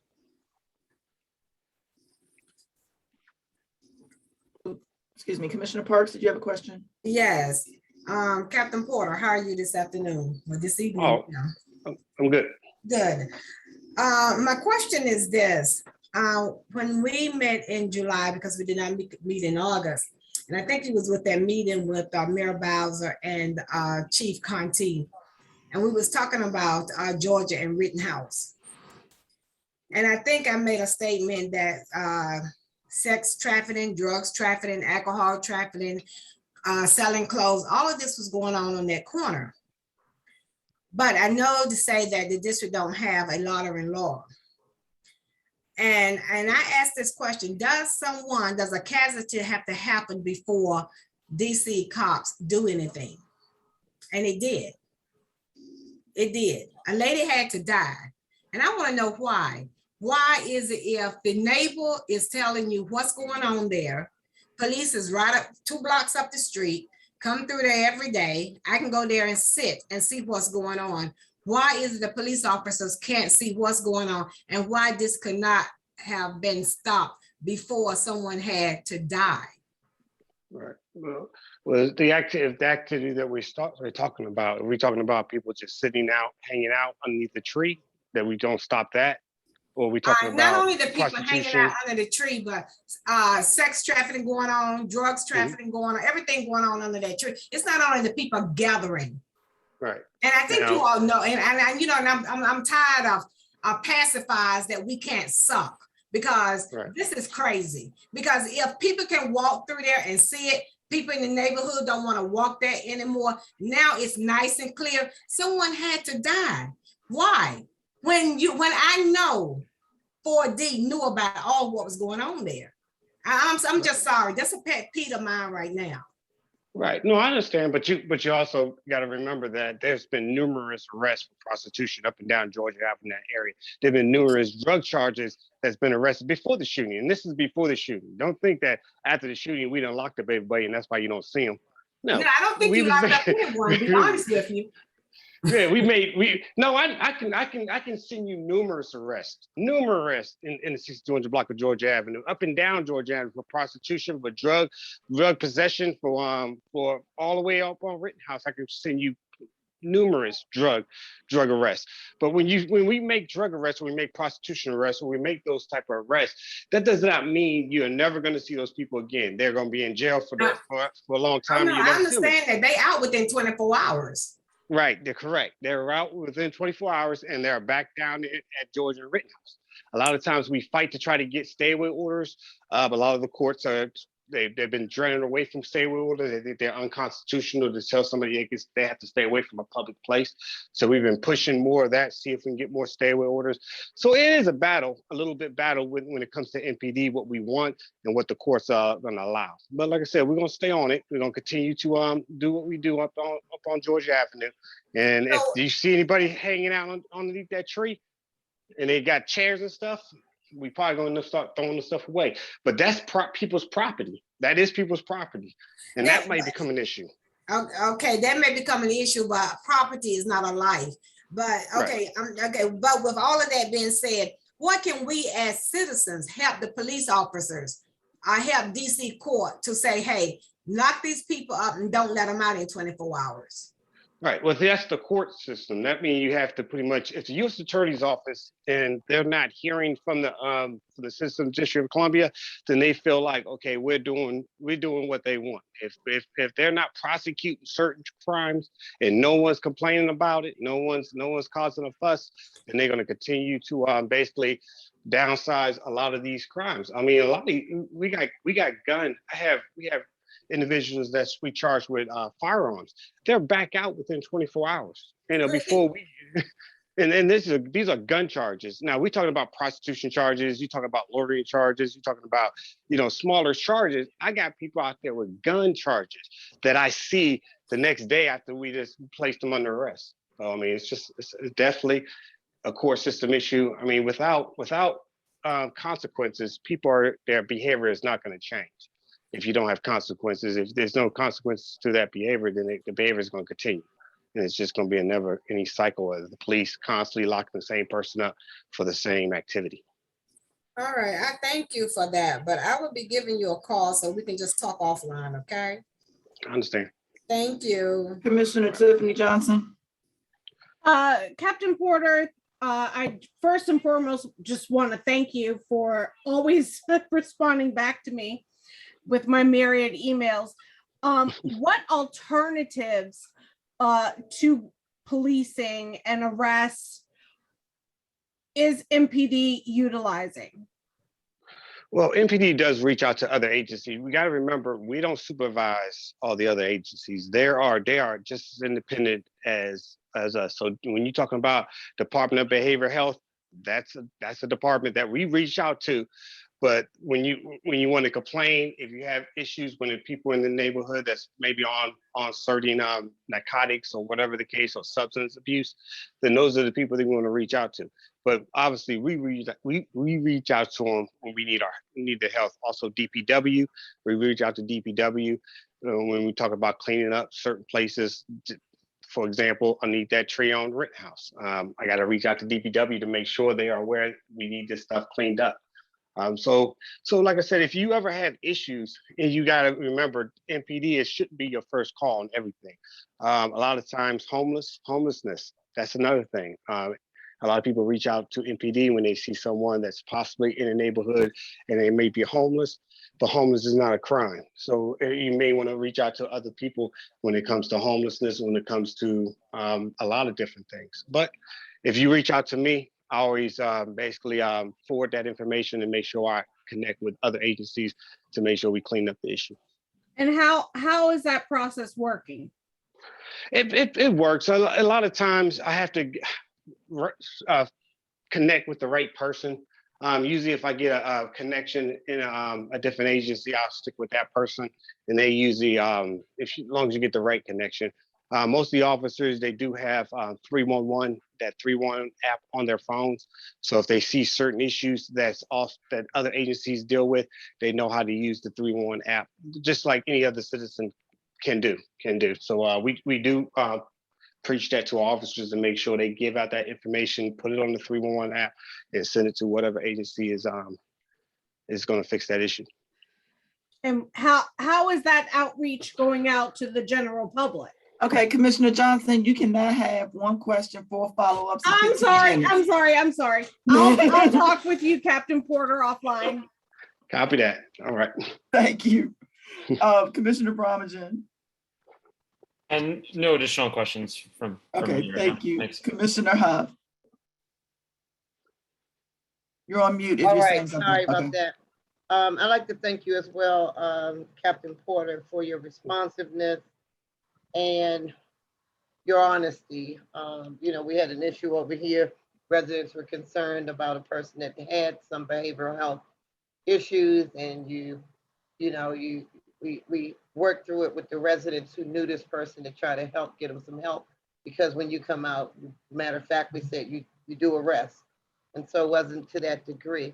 But I'd like to talk about something that it is on the, well, I don't know if it's on the calendar, but there was a letter sent to Conti about the cameras, right? So there are a couple of thoughts that I have about these cameras. My neighbor, Block Captain Mack, had noticed that the camera out back, she asked the question, can the globe look down the alley? And so, you know, we had them come out, CCTV come out. So you've got these city metropolitan police cameras that's in the rear of my home and where the mayor used to live. And, you know, lo and behold, when they came out, the camera hadn't worked. And it's reported for 6 months. And then when it got, they had to order parts, and then it was a month out. So I think that's a problem. You know, we have these cameras. We have another camera at 6 and Oglethorpe. I think Allison has some in her SMD. You know, it's good to have this white box there, right? Right. But to not have them work is an issue, right? And then you talk about, and I'm going to stop after this, but then we talk about the rebate program. There was a time, I don't know if the council member George is still on the call, but there was a time when seniors could get that camera for free. They would get 2 cameras, they would have them installed front and rear. Now it is that they're to use the program that the rest of the city use, which is the rebate. And when you have incidences, when we had the shooting on Eastern Avenue, you know, the detective reached out to find out who has cameras. So what's the check and balance when people get these cameras through this program that you should know who has cameras if they got them through this program, right?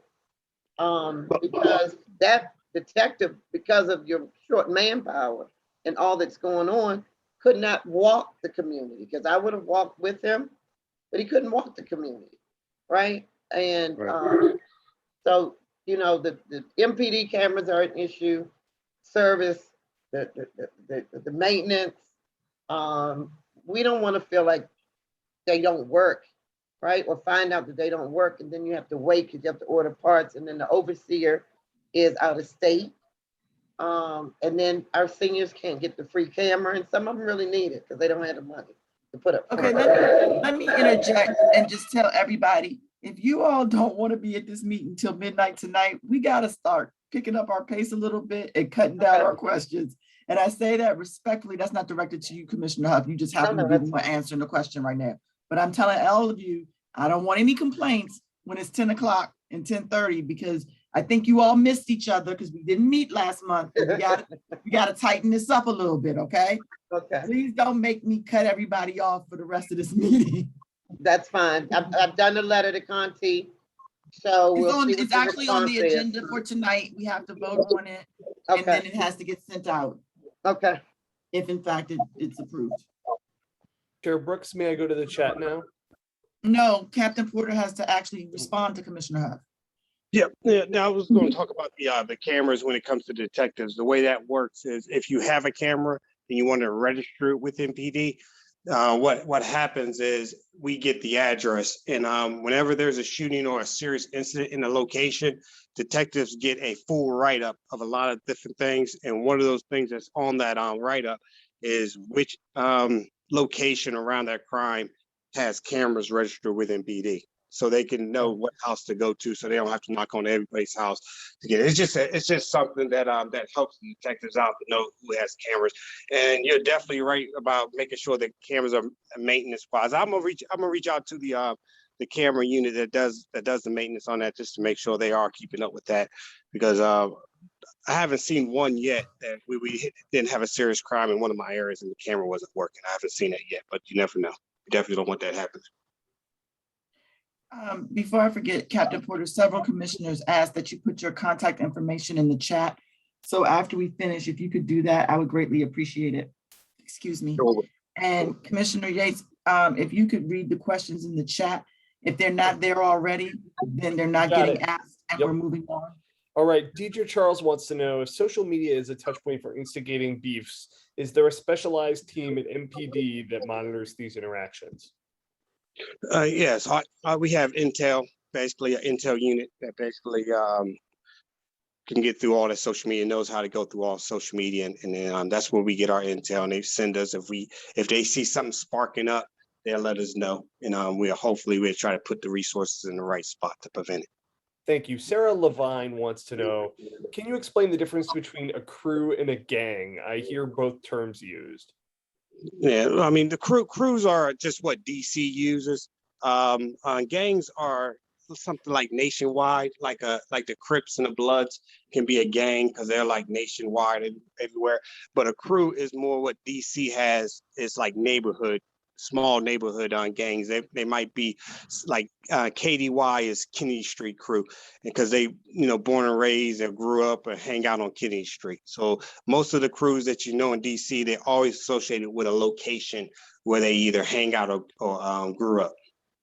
Ms. Mack, I see your question, but I think Commissioner Huff covered it already with regards to cameras. Sam wants to know, has there been a discussion of more MPD presence at First and Kennedy Street in the afternoons and early evenings? Roots and 2 daycares have pickup then. In the past month alone, I've seen handguns drawn, men exposing themselves, etc. Yes, First and Kennedy is one of our special locations that we try our best to man. Not that particular block, but it's like, I think it goes from First to Third down in that area, and then it goes down to North Capitol a little bit. But that is one of our areas that we are suspected to have someone there pretty much on every tour. Thank you, Captain Porter. Chair Brooks, that concludes the questions in the chat. Thank you. Thank you, Captain Porter. And please take the moment to put your contact information in the chat if you don't mind. Sure will. Stay safe. Okay, appreciate it. You too. Okay, next would be Anthony Mitchell from the Mayor's Office of Community Relations and Services. I can tell him this because he will laugh at my joke, but we're going to take his time down from 3 minutes to 30 seconds, and then we're going to catch up. Mr. Mitchell.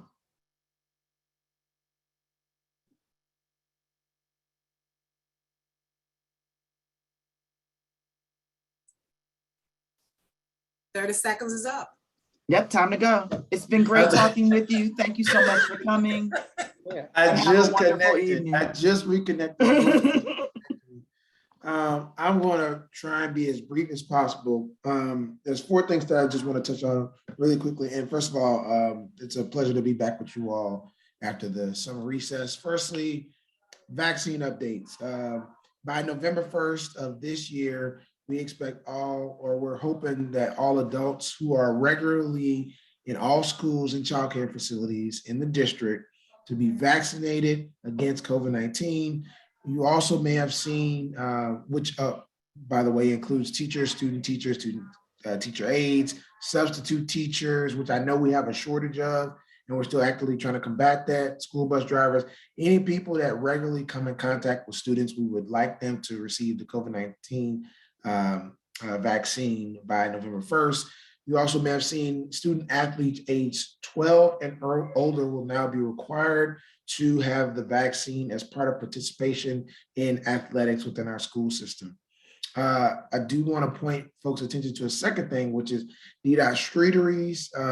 We've heard from our partners at DDOT, and we will be extending streeteries, which I know many of you may have enjoyed, both on 14th Street and other parts, especially downtown, until February 28th of 2020. This will still allow permits for sidewalk tables and, parklets and restaurant curbside pickup, all that good stuff, specific zones for that. So just want to let folks know that we have extended that until February 28th of next year. Coming up, that is not so far away, which is actually this Saturday, is DC Open Streets, where we're closing down Georgia Avenue from Missouri Avenue down to Berry Place Northwest to ongoing traffic. That also includes parking, so folks will not be able to park on Georgia Avenue below Missouri Avenue. And basically what we're doing is we're closing down the streets to motor vehicles, but we're encouraging active forms of transportation such as biking, jogging, running, all that good stuff, as well as have different activation stations throughout the 3-mile stretch of Georgia Avenue, where we encourage folks to come out, have a good time. I know it only touches a small part of 4B, but I'm pretty sure some of your friends and colleagues in 4C and 4D will appreciate seeing you on Saturday. And that is going to be going from 10 a.m. until 3 p.m. As a notice ahead of time, if you plan on parking around that area, from midnight until about 5 p.m., you may get ticketed if you park on Georgia Avenue or in some places around there. But, it's probably going to be backed up from all residential parking that's on that side anyways. Last but not least, I want to mention to folks that the extension of the ticket amnesty program was announced this morning by Mayor Bowser. We've seen that over 32,000 drivers have participated in the program, and we've already saved about $44 million worth of tickets that would have otherwise been doubled and other things like that. So we see that it's working for residents, and we just want to encourage folks that if you still need to take advantage of that program through the DMV, you still can do that. Now you have until the end of the year to take advantage of the amnesty program, and hopefully that'll be good for you as you try and navigate these outstanding tickets or parking violations and photo violations and things of that nature. With that, I will stop ahead of time for any questions. As always, I'm going to drop my contact information in the chat. My cell number is 202-436-2087, and my email is anthony.mitchell@dc.gov. I think that's all I got. Happy to answer any questions if folks have any. Thank you. Let's, Commissioner Palmer raised her hand so we can start with her. Thank you. Hey. Hi, Anthony. Thank you. I'm wondering if you have information on the current status of COVID testing for schools. I know that there was, for DC public schools, there was a stated goal of somewhere between 10 and 20%, but we weren't even reaching that in the recent weeks. Do you have any updated information? So testing at DCPS and participating public charter schools is done through obviously saliva testing. So testing is available for all students and staff regardless of their vaccination status who are exhibiting symptoms. So that's still something that's available. I feel like you may also be wanting to get towards quarantining and what that may mean for students. I mean, if you have information on that, I welcome that. Yeah. Yeah. So any child or adult that who tests positive for COVID-19 should not attend school and should, isolate themselves. If an unvaccinated student or staff member is, close to contact with someone who is, testing positive, they'll be required to quarantine for at least 7 days. An interesting thing that also came up in our conversations with different schools, more particularly when the mayor had a conversation with a student at Roosevelt on Celebrate Petworth of all places. We're talking about, the impacts of students and COVID, but more specifically how that may take students out of class and their classwork being affected. So we're still trying to find a way to still deliver quality education to those students who may have to quarantine, depending on their vaccination status. So we're kind of still trying to iron out the kinks a little bit, to be quite frank, but I do want to let folks know that vaccinated students and staff who are in close contact with someone who tests positive does not need to quarantine. So that's only for folks who are unvaccinated. And currently there's no requirement to present vaccination cards or anything like that ahead of time so that, folks that are filed for obvious reasons and possible, health violations and legal things like that. But if we can determine a way to gather the information ahead of time and make that for select staff, I know it's been a point of interest for the community that some staff have access to that vaccination information so that people who are exposed to someone who may test positive, for example, would know who those people are instead of having to pull every child, every student that was involved or claiming close contact with that student out of class. That's very in the weeds, so I'm happy to talk through that, more with you at a later date. But yes, there's been a lot of conversation about how to mitigate, learning, possible quarantining, as well as close contact that their students might have with someone who tests positive. There's a related comment in the chat, Chair Brooks, if you don't mind, I can read that. This is from Kimberly Harrington. She says, pre-COVID testing, schools do not have rapid tests as promised for students exhibiting COVID symptoms. For weekly asymptomatic testing, they are trying for at least 10% of students, but aren't reaching it. At my school, at least, other students and staff are told they can choose to test as well. The saliva test is difficult to do, especially compared to the nasal swab. So that's not a question, but some commentary relates to. I'll definitely take that back to our DC health partners. This is something that we're constantly workshopping and trying to make sure that we provide active, real-time addressing of something that's quite frankly a lot of causes a lot of fear for parents, which is having their students around other folks who may or may not be vaccinated and trying to mitigate this. So it's a real fear for parents, and we're constantly trying to workshop this in a way that satiates those fears with real safety precautions. And I think our partners at DCPS have done a real good job of keeping that in mind. But again, it's still an ongoing process. We've never done this before because COVID has never happened before, and we've never reopened in the midst of COVID before. So, we ask your patience, but also, we know that we are keeping the health and safety of students top of mind at all times. Commissioner Yates? Yeah, just a follow-up question is, if I may, I hear you about the concerns about continuation of learning. I just wanted to flag that I've heard equity concerns with different schools implementing different levels of facilities for people who are quarantined. Some schools giving devices, other schools giving packets, if that. But the thing I wanted to say equity-wise is, a lot of folks have been concerned about COVID, and some parents have made the decision to keep their children home due to vulnerable family members, and they may not qualify for the child may not qualify for virtual learning themselves. I saw a report the other day that those families are getting reported to CFSA for educational neglect. I just wanted to see, does the Bowser administration plan on re-engaging those people in the school system or education through means other than like child and family services, which is obviously like very much the scary stick end of how we relate with families and students, and not a very positive experience? Yeah, that's a pretty big question. And I think that requires further conversation and see how we can actually go about addressing that. But that's that's something I can tell you that comes up a lot in conversation as we look to seeing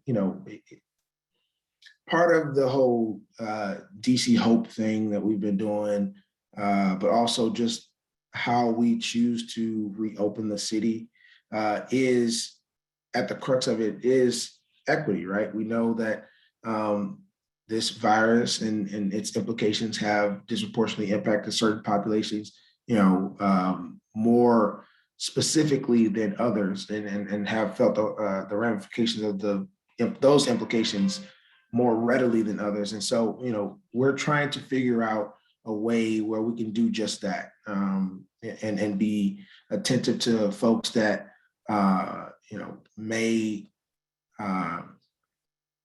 meet certain needs or need to have further additional issues worked out. So the short answer is yes, there have been conversations about that and how we can do that in an effective and efficient manner is still ongoing. All right, thank you. Do any other commissioners have questions? I'm trying to, speed it up just a tad. There's one No? question in the chat, Chair Brooks, if you don't Go hear ahead. any commissioners. Laura Turner wants to know, is the city considering mandatory vaccination for all eligible students in school? Let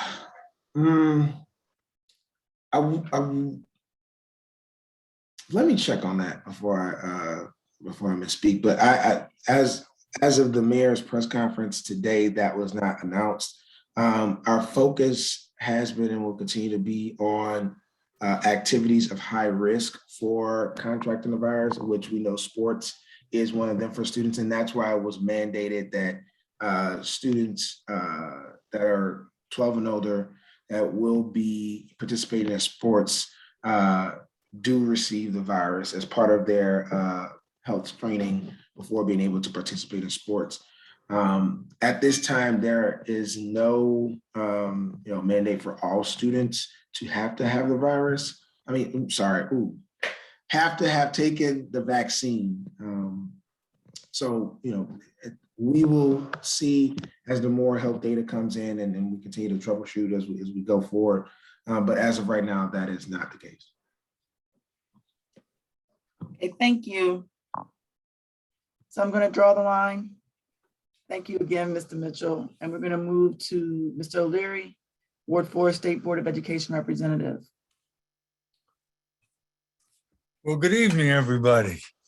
Good evening. It's so nice to see everyone.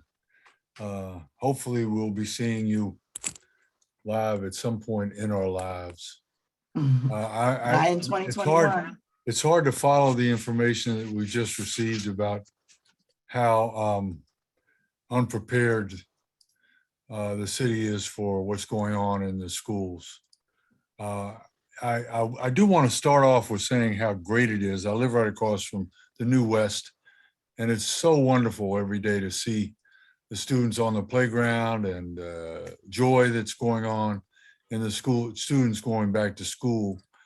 But what I'm hearing from the people that I talk to in the schools every day is that the staff is starting to have to be quarantined, and that there are students who are starting to get the virus. And this virus is an equal opportunity employer. And I don't know what's going to stop the schools from having more people have the virus. And I'm just going to, the council member mentioned the hearing tomorrow. I'm going to be testifying tomorrow about the horrible state that some of our schools, like Whittier and Truesdale and LaSalle Bacchus, with their HVAC systems that don't work. And God knows what's going to happen once the weather gets a little colder and the heating systems in the schools have to work, because the air conditioning wasn't really working when it was hot anyway. And so several of our schools. We only have a handful of schools in Ward 4, DCPS schools, that haven't been modernized.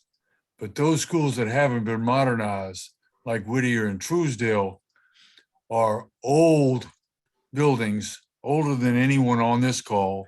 I guarantee you that. And I think I'm the oldest person on this call. And Ms. Johnson's shaking her head, but I'll be 77 next month. And either you got me or I got you, but that's fine.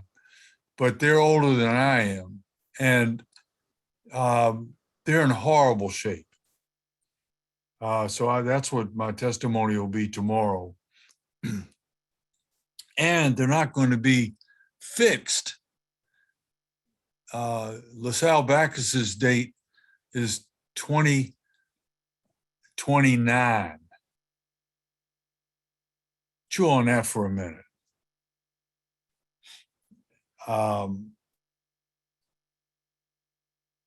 We're approaching the 3-minute mark, Mr. That's all O'Leary. right. That's all right. Okay. I get very disappointed when we don't get answers about vaccinations and things like that.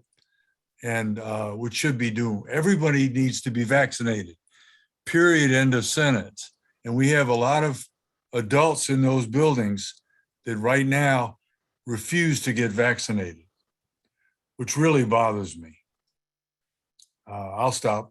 I put my information about the books. I'm still collecting books. My phone number and my email are in the chat. Okay. Does anyone have any questions for Mr. O'Leary? No? All right. Well, thank you very much. Sure. Thank you. Housing Justice Committee update. Commissioner Palmer. Yes, I will be brief. We met in August and it was largely administrative and logistical. I think we will be moving to an every month meeting as opposed to every other month. We meet on the second Monday of every other month, and our next meeting is October 11th, which is actually Indigenous Peoples Day, but we will be meeting. And if folks want to attend but are not available since it's a holiday, there will be a recording. The next meeting on October 11th will include a presentation on the development that Commissioner Bromagem mentioned at 6101 Sligo to talk about the affordability of that project and details regarding the planned unit development. Thank you. You're welcome. Next would be Vision Zero Committee, and I'm going to defer to Commissioner Yates for this update because I unfortunately had to leave the meeting early. Yeah, so the Vision Zero Committee meeting was held October 15th. We had just come off a month recess, so our discussion focused on brainstorming and refocusing our work into the fall. Our next meeting is going to be October 20th, and we plan to focus on projects that have been basically what sort of assessments are done on Vision Zero or traffic safety projects in our area after they're installed, what the next steps are when we do get those improvements. And we're hoping to invite some guests from DDOT to speak on that. Okay. Wonderful, thank you. Before we hear from Commissioner Tiffany Johnson. I forgot one other part of that. Okay. And that is that the Office of the District of Columbia Auditor has announced an audit of the district's Vision Zero program. In addition to that, it was part of there was a big community outcry for it for years ago, and it's finally being implemented. And that audit team is moving forward and has asked for the recordings of the Vision Zero committee meetings to inform their work. Wonderful. Before we hear from Commissioner Tiffany Johnson, I'm going to ask that Jeff Utz or Chris Ray enter into the chat the names of the people that need to be moved up to presenter for the presentation regarding Phi Beta Sigma so that we can ensure that we have that ready to roll when Commissioner Johnson finishes her update. Thank you for that. Okay, Commissioner Johnson, if you could provide your update with regard to the Community Safety and Support Committee, I'd appreciate it. So we had our first meeting a few weeks ago. It went very well. We have some logistical issues that we still need to work out. We also have some resolutions that are in process, but not ready for dissemination to the entire committee. And with that, that's it. Okay. Quick and to the point. Perfect. Thank you. So we are now moving into the presentation portion of the agenda. Because we are behind schedule, unfortunately, Executive Director William Henderson of Paul Public Charter School and Dr. Tracy Wright will have to present next month. And so we have apologized to them for our delay and look forward to hearing from them next month. So right now we'll hear from Jeff Utz from Phi Beta Sigma regarding the future renovation of 145 Kennedy Street Northwest. Hi, Commissioner Brooks. Thank you so much for letting us speak this evening. I'm Jeff Utz with Goulston and Storrs. With me, I think activated on the panel so far is Chris Ray. He's the international president for Phi Beta Sigma fraternity. It would be great if we could also please elevate Sean Pichon from. We have Sean. Okay, great. We have Neil, but we don't have Jeff. We need a last name for Jeff. I think that was referencing me. Yeah, I think somebody was okay. referencing me. I'm sorry. Yeah. I got confused. No worries. And then we do have Donahue Peebles and Kennedy Barnes, David Turner. And I'm not sure. Did you get all of that, Gordon? Yes. Okay. Great. Is there anyone that I forgot, Chris, or others that should be elevated before I launch into it? Nope, you're good. Great, thank you. Okay, well, great. Well, again, thank you for letting us come and meet with you tonight. I know you had a busy agenda and there's still a lot to be discussed. So we will try to consolidate our presentation and then be available for questions. But we are really excited to finally be before the full ANC. This project is for the Phi Beta Sigma fraternity. As you know, it's for 145 Kennedy Street Northwest. What it is an application to the Zoning Commission for voluntary design review that will allow the development of a mixed-use building with ground floor commercial and residential uses above. So it would be the new headquarters for the fraternity on the ground floor, and then actually add residential space above. The property is about 13,000 square feet. It's a bit over 13,000 square feet, and it's zoned MU4, which is the old C2A zone district. So currently there's a 2-story building on the site, and the property would be redeveloped with the 5-story building. So we have not yet filed. We are wanting to meet with you first, and we are kind of eager to file, but there will be a zoning commission design review application coming in the near future. And with that, I just wanted to turn it over to Chris Ray, like I said, the international president of the fraternity, to talk a bit more about the fraternity and the project itself. Thank you. Good evening, everyone, and thank you so much for the opportunity to speak with you all this evening. Again, I'm Chris Ray, the new international president of Phi Beta Sigma. For those of you who are not familiar with our organization, we was founded January 9th, 1914 on the campus of Howard University. So we are 107 years old. We have over 600 chapters around the world, and have initiated close to over 400,000 men in our organization. Of course, 145 Kennedy Street is our home. It has been our home now for over 40 years. We are making no intentions on leaving the community anytime soon. And this is our opportunity for us as an organization to not only reinvest in ourselves as an organization, but to truly reinvest in the community. We made a conscious decision as the fraternity that we wanted to do something a little bit different rather than just knocking down the building and putting up something that was going to serve our needs. We had an opportunity to really look at the community, look at the assessments and the needs of what's going on in Washington, D.C., and recognize that an affordable housing initiative would not only be in the best interest of 145 Kennedy Street, but it would speak to who we are as a brotherhood who is focused on culture for service and service to humanity.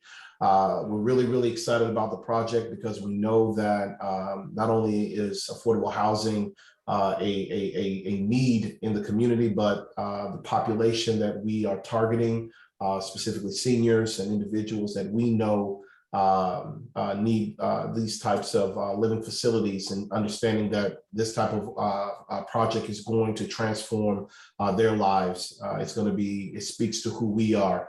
But what it also does is that it gives us an opportunity to really take a look at how we can, as an organization, be a part of the bigger community and really roll up our sleeves and really get to work in helping to help with the revitalization of the area. And so you're going to be hearing a lot more from Phi Beta Sigma over the coming years. I am, again, the newly elected president. I live in the DMV area. And so we'll be very interested in making sure that we hear about all the different projects that we can look forward to helping to assist, and look forward to answering any questions that you all have about this project as we move forward. So Jeff, I'll turn it back over to you. Thank you, Chris. And I will pass it over to Sean to actually walk through the pages. I think Sean is sharing his screen now, which is great. So Sean, please take it away. Thank you. Good evening, everyone. My name is Sean P. Sean. I'm with PGN Architects, one of the principals here, walking you through our design for the project pretty quickly here tonight to keep you guys on schedule. As everyone may or may not be aware, we're at 145 Kennedy Street, which is right at the corner of 2nd and Kennedy. It is right off of the main thoroughfare of Missouri Avenue, where it cuts through in intersection with Kansas Avenue. This is a future land use map, which shows that we're in the corridor, the Kennedy Street corridor, which is designated for a mixed use commercial and residential zone, which is exactly what we're promoting here. We are in an MU4 zone, which allows for 50 feet in height. Our site is unique because it has building restriction lines on it, which prevent us from actually utilizing the entire property that the fraternity owns. So we are promoting a voluntary design review, which allows us as a matter of right to go in front of the zoning commission and allow them to comment and approve our design by at the same time allowing us to request additional 7 feet in height for the building. As I mentioned, the ground floor here, as you see, there are 2 building restriction lines, which are 15 feet on the Kennedy Street side and the 2nd Street side. Both of those are restriction lines that we cannot build beyond. So our building has to fit within the remainder of the site. And that reduces our footprint down, which is why we're going for the additional story of height. At the ground floor, the fraternity is going to relocate or come back to their location and take up about 6,000 square feet of the ground floor.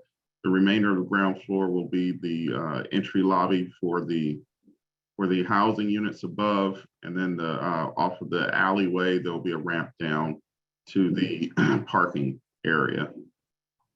As you go up the building, there's residential units, of which we have a mix of 1s, 2s, 3s, and 4-bedroom units. So the idea here is that we're providing some large family-sized units that speaks to the affordable housing nature, so families can remain and live in the community.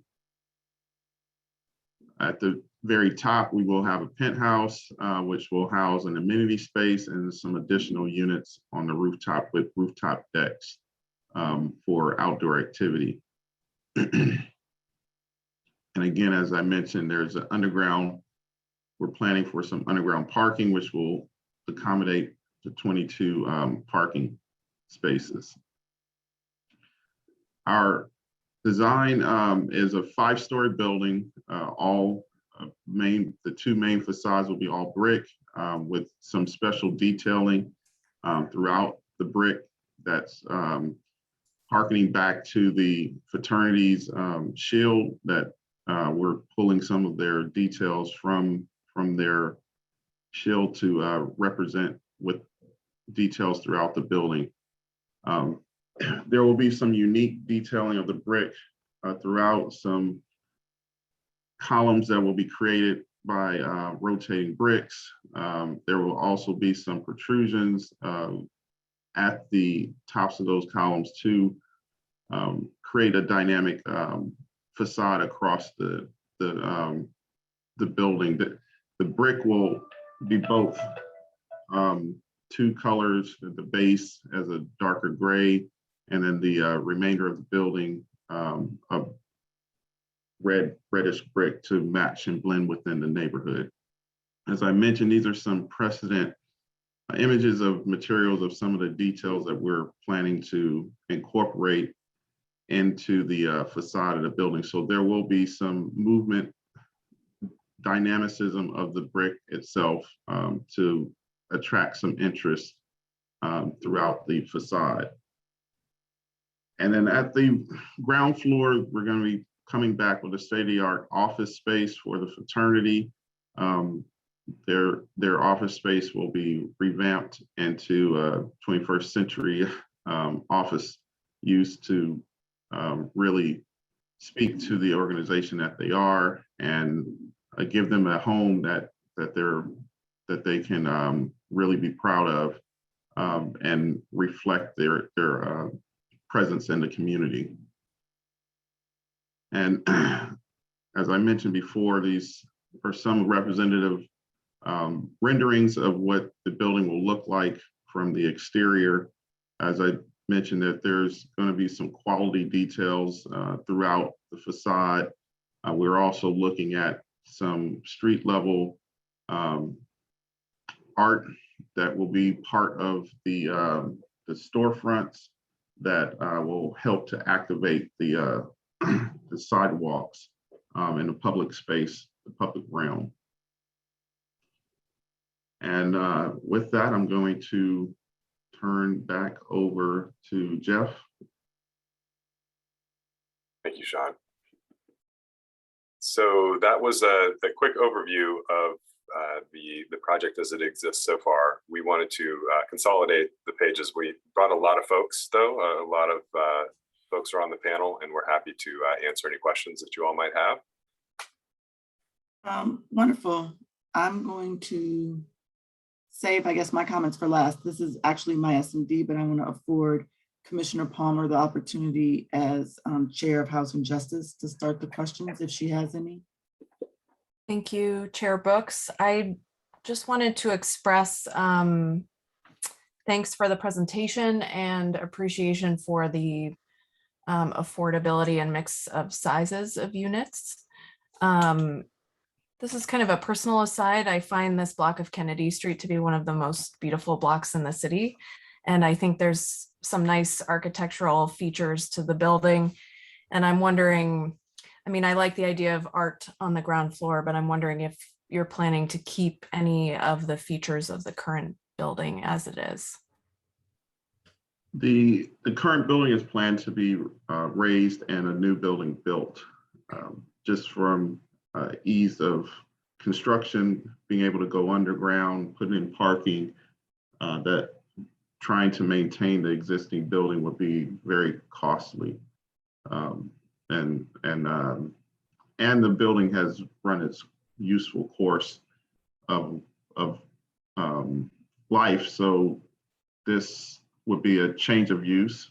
So having a new structure there is going to be more valuable for what the uses are going to be in the future. Thank you. Yeah, that makes sense. Before we go any further, I guess I should also add to this presentation that Phi Beta Sigma is looking for the support of the ANC with regard to this project. So the presentation is this month. They've already attended an SMD meeting or two, actually. And I'm sure we'll be coming back to this in a future month, October or November timeframe with regard to a resolution. So if commissioners have other questions prior to maybe Housing Justice Committee taking a look at this, now is your opportunity to ask those questions. Commissioner Yates. Yeah, I wanted to echo Commissioner Palmer's appreciation, and especially for the deeply affordable units. I'd read that it will include some supportive housing. Is that correct? Good afternoon, or good evening, I'm sorry. Yes, it will. So currently we're contemplating 8 units of permanent supportive housing.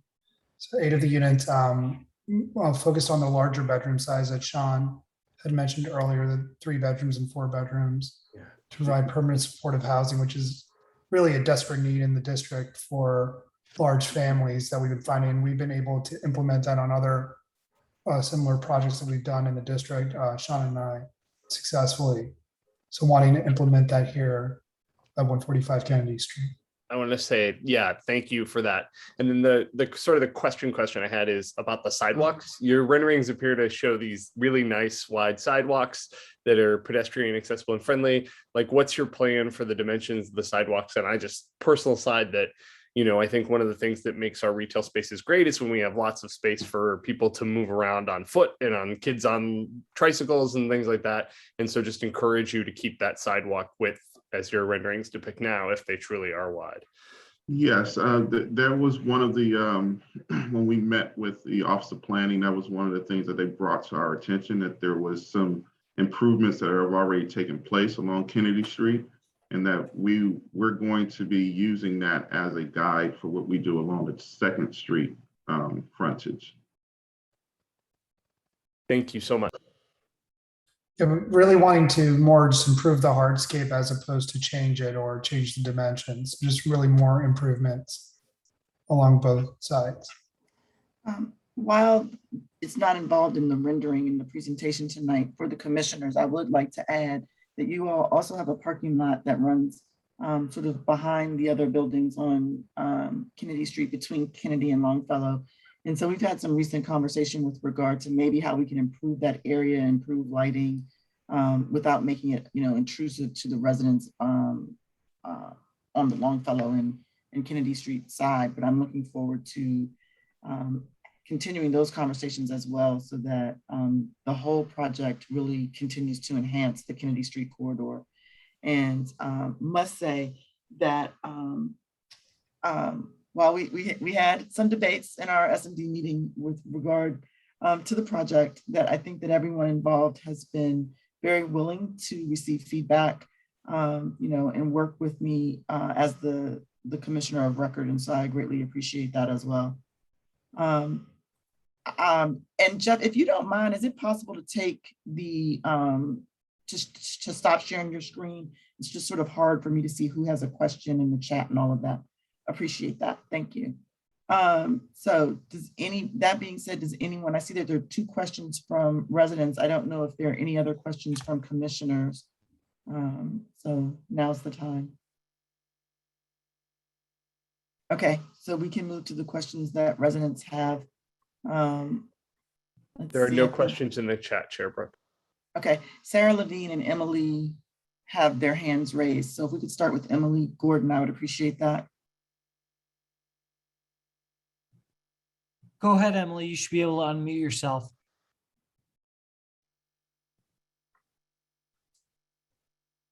Emily, you're still on mute. Sarah, let's try to take yourself off of mute, Sarah, and see if you can ask your question. Can you hear me? Yes, I can. Okay, so I'm a resident on 2nd Street, and my first response to this is I'm horrified. It's huge. I think it's going to change our community greatly, but my specific question is I'd really like to get to know how many parking spaces are going to be for staff and residents, because before the pandemic, we had a lot of staff parking on our street, Maryland plates, and looking at this with all of the additional residents, it's going to be a mess. So I'd really like to pin down how many parking spots we're talking about. Thank you. Yeah, so we're currently proposing 22 spaces in the underground parking garage. And as was mentioned as well, there's the parking lot that the fraternity owns and the alleyway as well. So we will be meeting and exceeding the required number of parking spaces.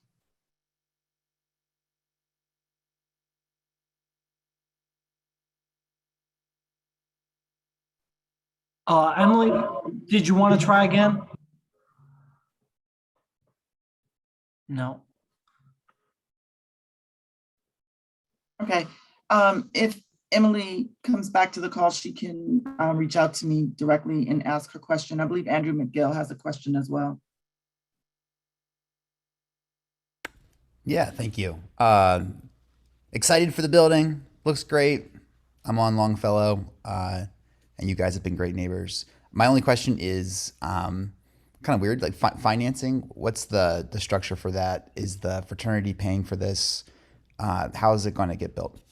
It's a combination of multiple financing, and actually the fraternity is doing a really wonderful thing in donating part of their land value into the deal to be able to subsidize the development to keep it affordable housing. And then along with that, it's a combination of owner equity with low-income housing tax credit financing and 4% bond financing.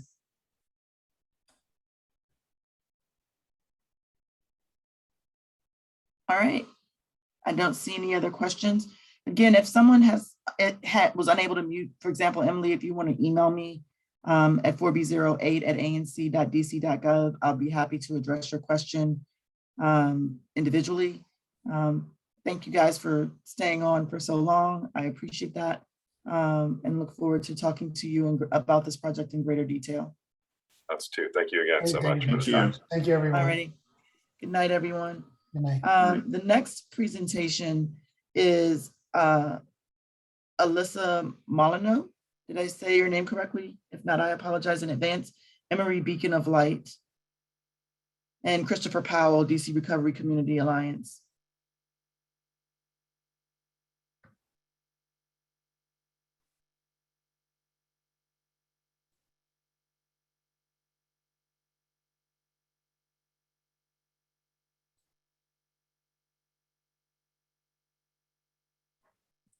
I think I elevated the right Alyssa. Yeah, you did. Okay, I don't see. That's Elisa. Lisa, you okay? There's Elisa. She's coming in. Well, greetings, everyone. My name is Christopher Powell. I am with DC Recovery Community Alliance. Okay, and there's Lisa. Are you able to unmute yourself? Are you? It looks like she's frozen. Well, I'll go ahead and start talking. I know everybody's been here a while, so I'll just share what we came to share. In terms of, we've been doing community chat series in concert with each other, DC Recovery Community Alliance and Emory Beacon of Light, which most of you all are familiar with Emory Beacon of Light, located on Georgia Avenue. DC Recovery, we've been in the district for since 2007, but we've recently moved over to the 3rd Street location, where 5656 3rd Street, which is in the same building as the DC Teachers Credit Union. And what we are is a recovery support service organization. And so we provide recovery support services to folks overcoming addiction and helping their families. And we've been charged with, we've been receiving grants in terms of facilitating community conversations about the opioid epidemic, and which was going on right as the pandemic came about. And a lot of things that's been going on with the pandemic has increased usage, and, you know, with the pandemic having us in isolated situations, which is not helpful for addicts. That's what was happening. And so the district has put together the campaign, which I'm sure many of you all are familiar with, Long Live DC. And so in combination with DBH and the DC Prevention Centers in Wards 3 and 4, we've been doing community chat conversations, and there's one tomorrow at Emory Beacon of Light. And we'll be doing some others where we're talking about what the epidemic is as far as opioids is concerned, and just the stats for the wards of 3 and for all the wards, but we highlight 3 and 4 since those are the wards we live in. And also we've been doing medication disposals at Emory Beacon of Light during their pantry days on the 3rd Thursday of the month. And also we've been doing pop-ups throughout the neighborhood as well, just getting information out there so folks know that we're in the neighborhood, and that if they looking for services like that, we help folks get into treatment and get the services that they need. As DC Recoveries, we specialize with peer support. We have most of our staff are peer support specialists, and what that means is basically these are folks that have been on the journey. Where 95% of our people that work with us are people that have been in long-term recovery, so we know what's going on, and we like to inform the community. So, let them know what the stages of changes are, the phases of addiction are. So as they're dealing with family members or seeing people in the public go through the challenges that's been going on, they're more informed in how to deal with it and what harm reduction is. We also are a Narcan distribution site to help with the prevent overdose as well. So, we just wanted to let the ANC know that we're in the community as well. We appreciate Elisa setting us up to be a part of this conversation tonight. And I guess I'll open up for questions. Tomorrow is the one at Emory Beacon of Light. It's a virtual conversation, and I will put the, I don't know if Elisa has sent the advertisement to you all. And oops, I thought I had the chat. I thought I put it in the chat, but I don't see it there now. Elisa should be coming back shortly also. I'll make sure. Okay. And so, yes, I guess I could just open it up for questions at this point for those that may want more insight in terms of what we do, or, well, Lisa's here, she can share. Sorry about that. My computer died. It's okay. But I wanted to say that I'm Elisa Molyneux. I'm the Executive Director of the Emory Beacon of Light. And we are working with DC Recovery Alliance. We got a grant from the DC Prevention Center for opioid and drug abuse and alcohol abuse education and information. So we're doing a community conversation tomorrow morning. And then we also have a conversation with the senior community on October 14th. And they're all Zoom calls that you can get on. And I forwarded one of the flyers for the event tomorrow to Aaron, and I can give it to anyone else who wants it and is interested in participating. I just wanted to thank the ANC for allowing us to speak tonight. You all have a really robust meeting and agenda, and I really appreciate it that you all thought it not robbery to add us to your agenda tonight. But the Emory Beacon of Light has been around for like 25 years.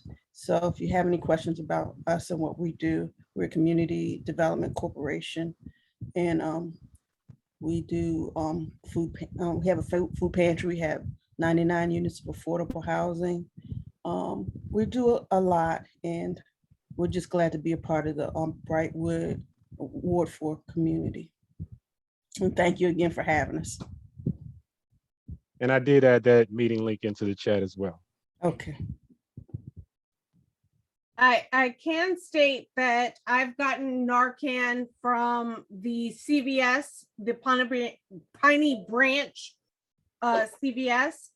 I carry one with me in the car.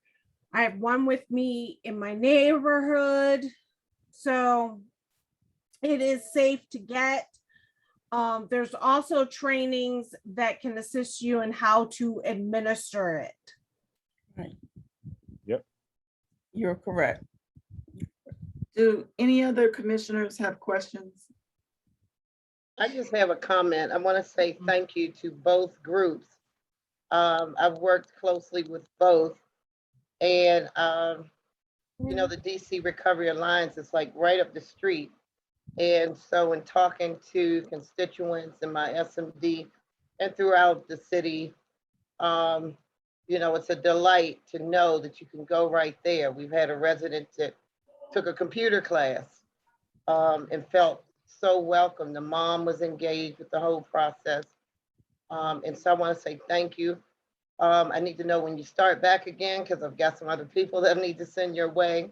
And Most Alicia, you've definitely. been nothing but a delight in all of what you do, and your openness to allow, you know, me to come there and to facilitate different things. So I just want to say, I'm glad that you two are merged because we have a big job to do in our city as well as in our 4B area, right? With dealing with recovery and helping those people that want the help. So thank you for all that you do. I know firsthand that you're doing a phenomenal job, and I just want to say thanks. Indeed, and we appreciate all your support, Leroy, as well. Yeah. Leroy is awesome. Thank you. He is. That's my buddy. Okay. Good people. Any other questions, comments, concerns before we move into the consent calendar? There was one question in the chat, and I feel like it might be worth a little expounding on. They asked about how do residents get Narcan and training on how to use it, if there's more direct answers on what the best way to do that is. The Department of Health has trainings monthly. I know in terms of you folks getting certified, some of our coaches sign up for it. I don't have the link readily available, but you can go through the Department of Health. And also, if you contact us at DC Recovery, dcrecovery.org, we can locate some more information and get you linked up to a class for those that are interested as well. I think Erin had her hand up too. Yes, I just wanted to echo the thanks, and I know you had sent the flyer. Gordon, I don't know if it's possible to put a PDF into the chat to share. If not, folks can email for a copy and I'm happy to share. I'll figure something out. Thank you. Thank you. All right. Bye. All right, Thanks. thank you. Thank you all. Have a good evening. Okay, you too. I'm sorry. The next item on the agenda would be the consent calendar. We currently have 3 resolutions and 1 letter that have been on the website for residents to review, as well as commissioners who I know have seen them already. We have 4B21-09. I guess we should renumber, Aaron, all of these? No, leave them alone. Okay. 4B-21-0902, requesting the installation of speed humps on Fern Place Northwest between Georgia Avenue Northwest and Blair Road Northwest, put forward by Commissioner Yates.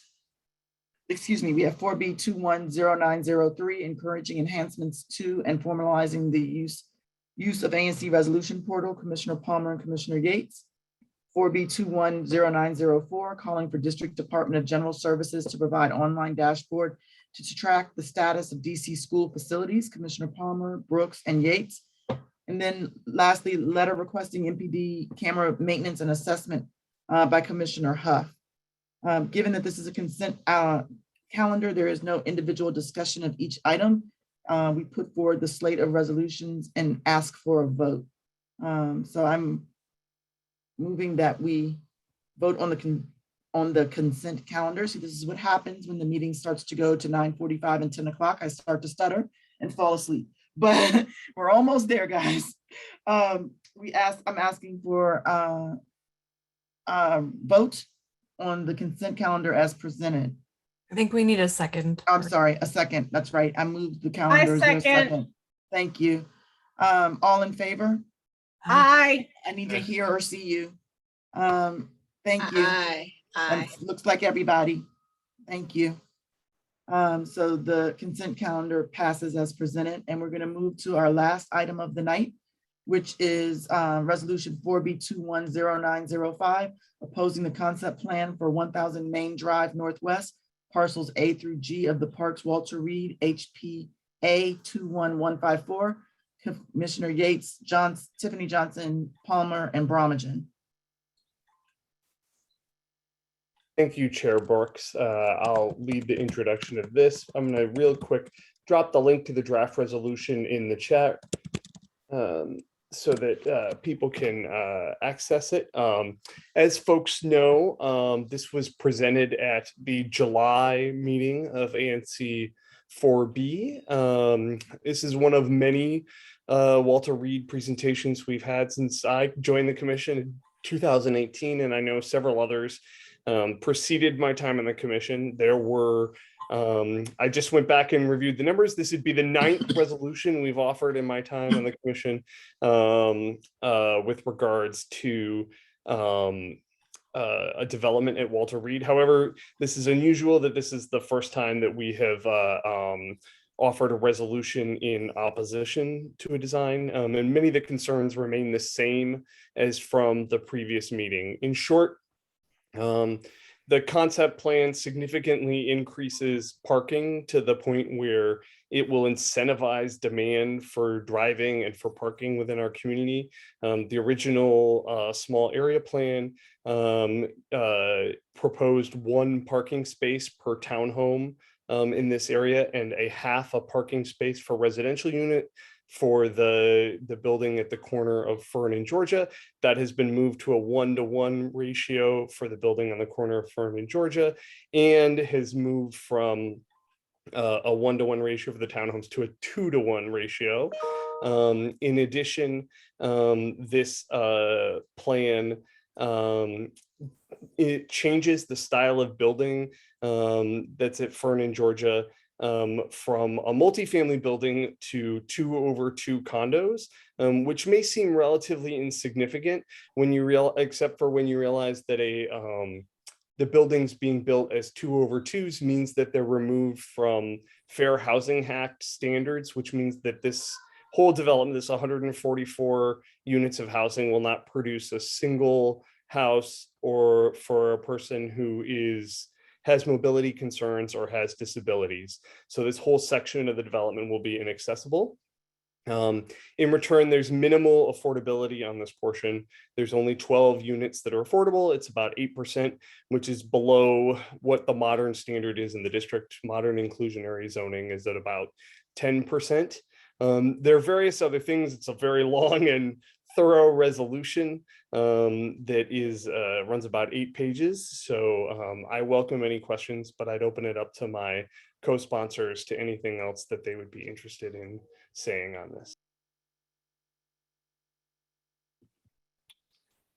Well, I'd just add to thank Commissioner Yates for doing so much of the bulk of authoring the resolution that we are putting forward. I think it's a very thorough resolution, as he said. There was a very extensive planning process that went into the reuse plan for Walter Reed, and as the Commissioner Yates stated, they envisioned a multifamily building at that corner, and so that was one thing. When you see the concept plan here, where there's a noticeable change, and when Walter Reed, the redevelopment of Walter Reed was set in place, it was also explicitly put into a historic district to add one extra layer for the community to weigh in on the plans. And so I think that's what we're doing here. We have one more opportunity to say, this is what we think of the plan, and we're trying to express that opinion, and it will go to the Historic Preservation Review Board to make a determination. And so that's what we're doing. And so thanks, Commissioner Yates, for doing the bulk of the work. Excuse me. Also, let me add, I see in the chat that the Toll Brothers keep pointing out that they're here.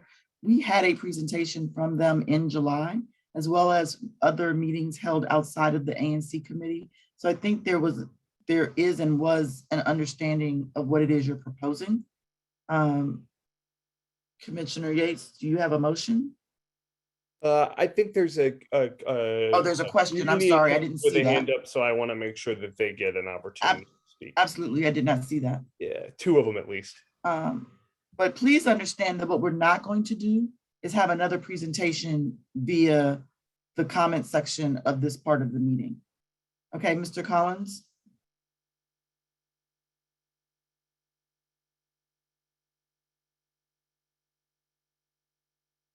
Gordon, can you elevate Kevin Collins, who has his hand raised? Yes. Thank you. Mr. Collins? You're muted, Hi, sir. Okay, there you go. I'm sorry. Sorry about that. That's okay. I have 2 questions, concerns and questions about this resolution. First, I noticed that the resolution, which addresses very important issues of affordability and accessibility, only narrowly evaluates those criteria within the specific parcels in question, rather than holistically within the broader Walter Reed redevelopment.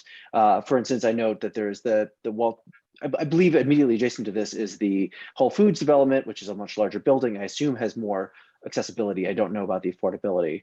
So my question to the commissioners is, what is the impact of this on like the overall percentage of affordable housing units and accessible housing units? My second question is about timelines.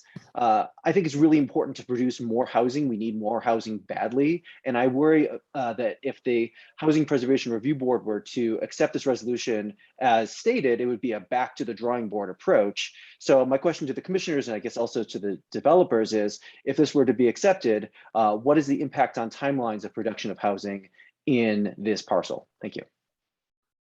So to that first question with regards to looking at Walter Reed holistically, I would say that the 4B, 4A, well as the District Council, the Department of Housing and Urban Development looked at the Walter Reed plan holistically in 2012 and 2013.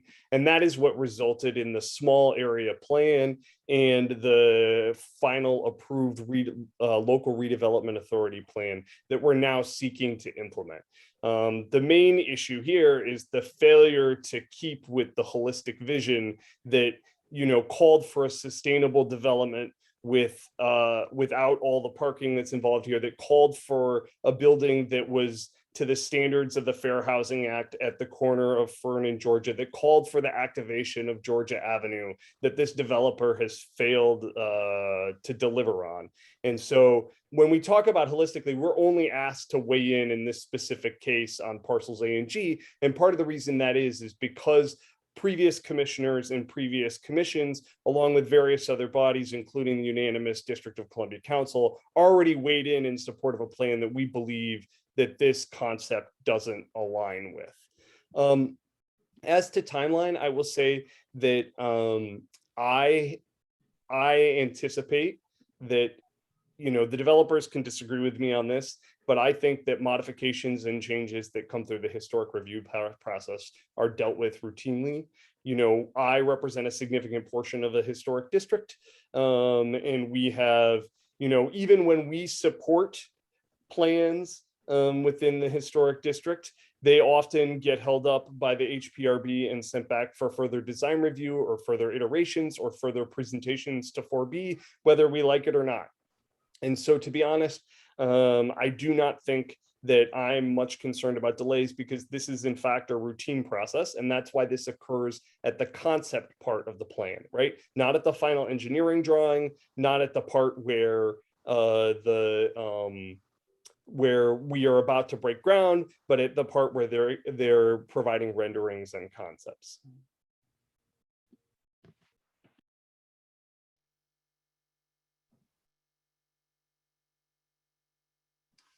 Okay.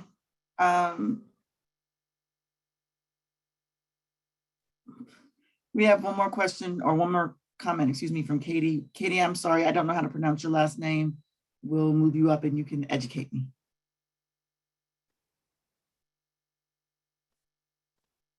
She's coming Katie, up. you should be able to speak. You're muted. Hi, sorry, I don't know if this is an opportunity to respond as the developer, or whether you guys would prefer not to have that opportunity. So I just raised my hand based on the previous comment. No, but I am with the master developer, so I'd be happy to respond to the question about the timeline and the affordable housing. Feel free. Okay. So on the affordable housing, I would note that our plan for the master plan includes 20% of affordable housing distributed throughout the campus. So this particular development is in keeping with the distribution of units across the campus. We have some buildings that are at deeply affordable, and then we have a distribution of units throughout market rate projects as well. And on the parking front, I think, you know, it's just, we also have a parking cap on the campus. So we have thoughtfully distributed and limited the parking throughout the campus based on demand in certain product types. So I just want everyone to be aware of that we didn't intend to go against a recommendation in the small area plan, but rather the small area plan recommendation was considered, and we've distributed that limited parking where we think it best meets the market. And then in terms of time frame, the master developer is responsible for the site infrastructure. So we are ready to go with that, but at risk if the site plan changes during the design review process, where we would need to pause and halt the progress on that, those lots. And then lastly, on the multifamily project that was in the small area plan at the corner, that informed the zoning regulations for the campus, which limited the height at that corner to 70 feet with a residential use. So we are still within the limits. We are still providing a residential use. It is just not a multi-unit condo building, but rather the townhouse style stacked units, which are a reduced height and scale. And in some community meetings, that has been preferred, as has the additional parking, so that it removes parking from the streets. So just share that there's some different perspectives over time that when we initially developed this plan, we thought would be favorable. Thank you. Can I ask really quickly about the delay that, so you don't ever expect any of your projects to come back from HPRB and to do further iterative work? No, I think there's always a potential that there's an iterative work, but it doesn't mean that there's not a delay from what we would, be ready to go. We've got our civil design in for permit on the land development side to put in, utilities, for example. So that would be on hold until we have design approval for the concept. So yes, there could be iterative reviews, but is it still a delay to us? Yes, so. All right, thank you. Lastly, we have comment from Commissioner Steve Watley. Gordon, if you could elevate him, I would appreciate it. Yep, hold on one second. I have my hand up as well, Commissioner. Okay, I'm sorry, I didn't see you. Go ahead while we wait for Commissioner Watley. You can go ahead, Commissioner Johnson. So where is the status of the wheelchair accessible housing units that are UFAS compliant? Who are you addressing your question to, Commissioner Johnson? To anyone from Kate to Katie or to, yeah. Okay. Yes. And if anyone else wants to speak in, that's fine. Yeah, I think this may be an opportunity for Toll Brothers to participate as well. So Toll Brothers wants to add in, I would really like to hear from them as well regarding the wheelchair accessible units. So wait a second, before you start inviting everyone to present. That's not what this is tonight. No, I'm asking you a question. How many wheelchair accessible units are going to be within this project? Well, the townhouses are sort of by nature staired environment, right? They're vertical homes.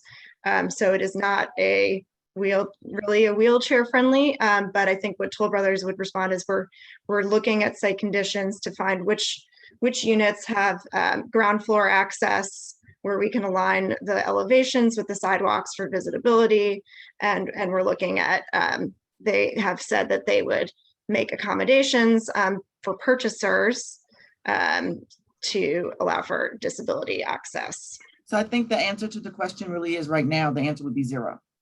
Is that because the answer to her question would be a number, right? So it's got to be 0, 1, 2, 3, 4, 5. Are there any bedroom units on the first floor? No, currently not. They are multi-level units with garages in the rear. So 0. Living space on the ground floor, bedrooms on the upper levels.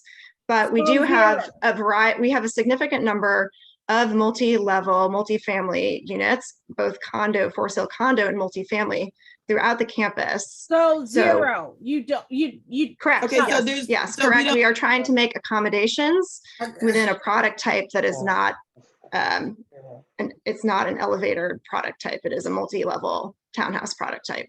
Okay. I appreciate the answer. Commissioner Watley? Yes. Good evening. Good evening. We're going to end. Before you get started, you're going to, I think I'll need 2 minutes with the project. I'll take less than 2 minutes. Oh, no, that wasn't the issue. I was just letting everyone else know that you'll be the last one to speak before the resolution is voted on. Okay. My question is this. Actually, there's 2 parts to this. I read the resolution and I disagree with portions of it, and ANC 4A, since it's in my single member district, ANC 4A will be voting on this topic at our meeting in October also. So, and I feel that our view is going to probably be different. In terms of the parking, HPRB normally does not handle parking, and this would be a unique circumstance. So parking would not be one of the issues. But in terms of transportation, years ago, I was the one who set up having the bus run throughout Walter Reed, the K1 and K2 that went from the subway in Silver Spring, the subway in Tacoma to Walter Reed. So those types of things to get people to not use their cars is sufficient. In terms of having a two-car garage, the community, when I held my community meeting, there was no issue with that.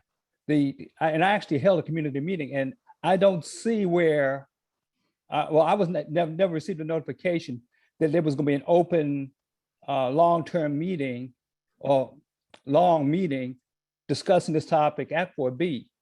Therefore, when they say the community was represented, I'd like to know when was I held a 2-hour meeting to discuss this topic. And so let me respond to that.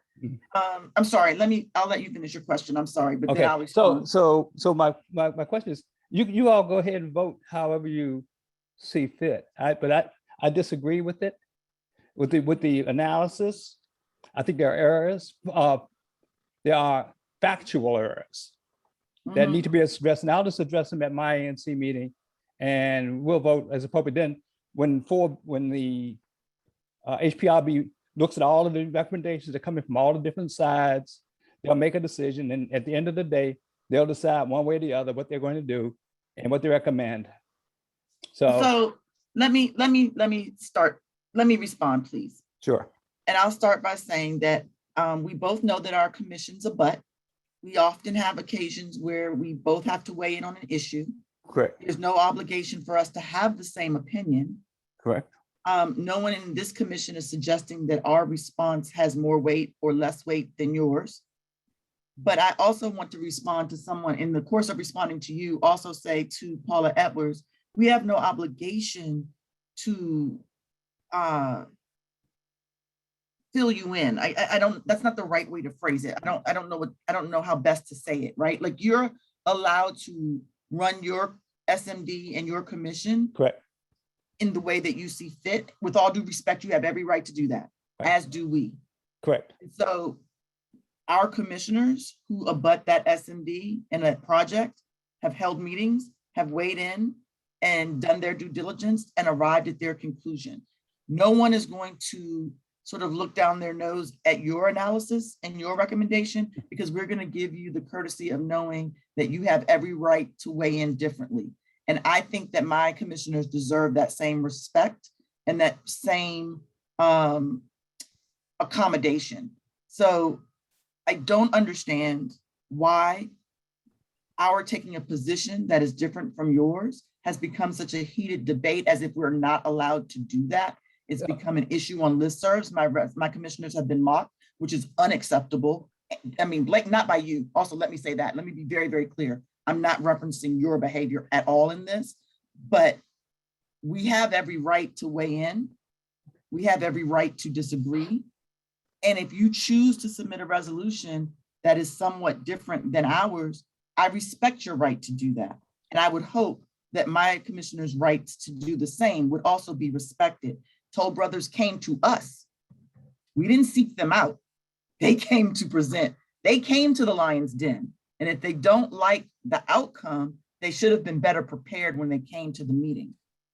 I said that then, and I repeat it now. Now, can I give you a little bit of historical context as to why some people feel the way they feel? I can give you historical preference as to background as to why we feel the way we do. But I mean, before any of you all became commissioners, back in the day when we were first starting, every time there were issues with some of the commissioners in 4B as opposition to anything that we wanted to do in 4A. There's a history there. Well, I'm not those people. I know. Commissioner Yates, Palmer, Johnson, et cetera, et cetera. We've been in office for 3 years and you've had every opportunity to learn who we are as people and choose to reach out or not. And tonight is not going to be the time, sir, nor am I going to be held accountable for the actions of people that came before me. Their behaviors were not mine, nor would I, in some cases, condone them. But I certainly am not responsible today for what happened over 4 years ago. Okay, Okay. I understand. All right. Commissioner Yates, do you have a motion? Yeah, I would like to move the resolution on the table, please. Is there a second? I second. All in favor? Aye. Any opposition? Please let me note that Commissioner Jocelyn Johnson was feeling under the weather and stepped away, so she's not here for this vote. Commissioner Dawson, Commissioner Yes, Parks, I'm sorry. I'm gonna abstain. You're gonna abstain? Okay. Yes. You have the count, Commissioner Palmer? I do. Okay, so I believe that is what, 1, 2, 3, 4, 5, 6, and 1 abstention? Is that correct? The motion carries. Okay. And let me say this as I close this meeting. I think that this group of commissioners attempts every month to put together a meeting that is both salient and informative, and we're always available to work collaboratively, but not coming to us until the vote isn't collaborative. It isn't effective, I guess I should say. And for those residents that don't fully understand, why 4B is voting on something that is impacted or inside of 4A, then I'm open to that conversation to explain to you why we have the right to have that vote at any time. But I think that, again, all of us work very hard and that everything that we do can stand up to the light of day. So if anyone has any questions, they're welcome to contact any one of us at any time. And on that note, if there is nothing else, I am happy to adjourn the meeting. I'll move. Thank you. Is there a second? Second. Thank you. Everybody have a wonderful evening. You too. And continue your good work.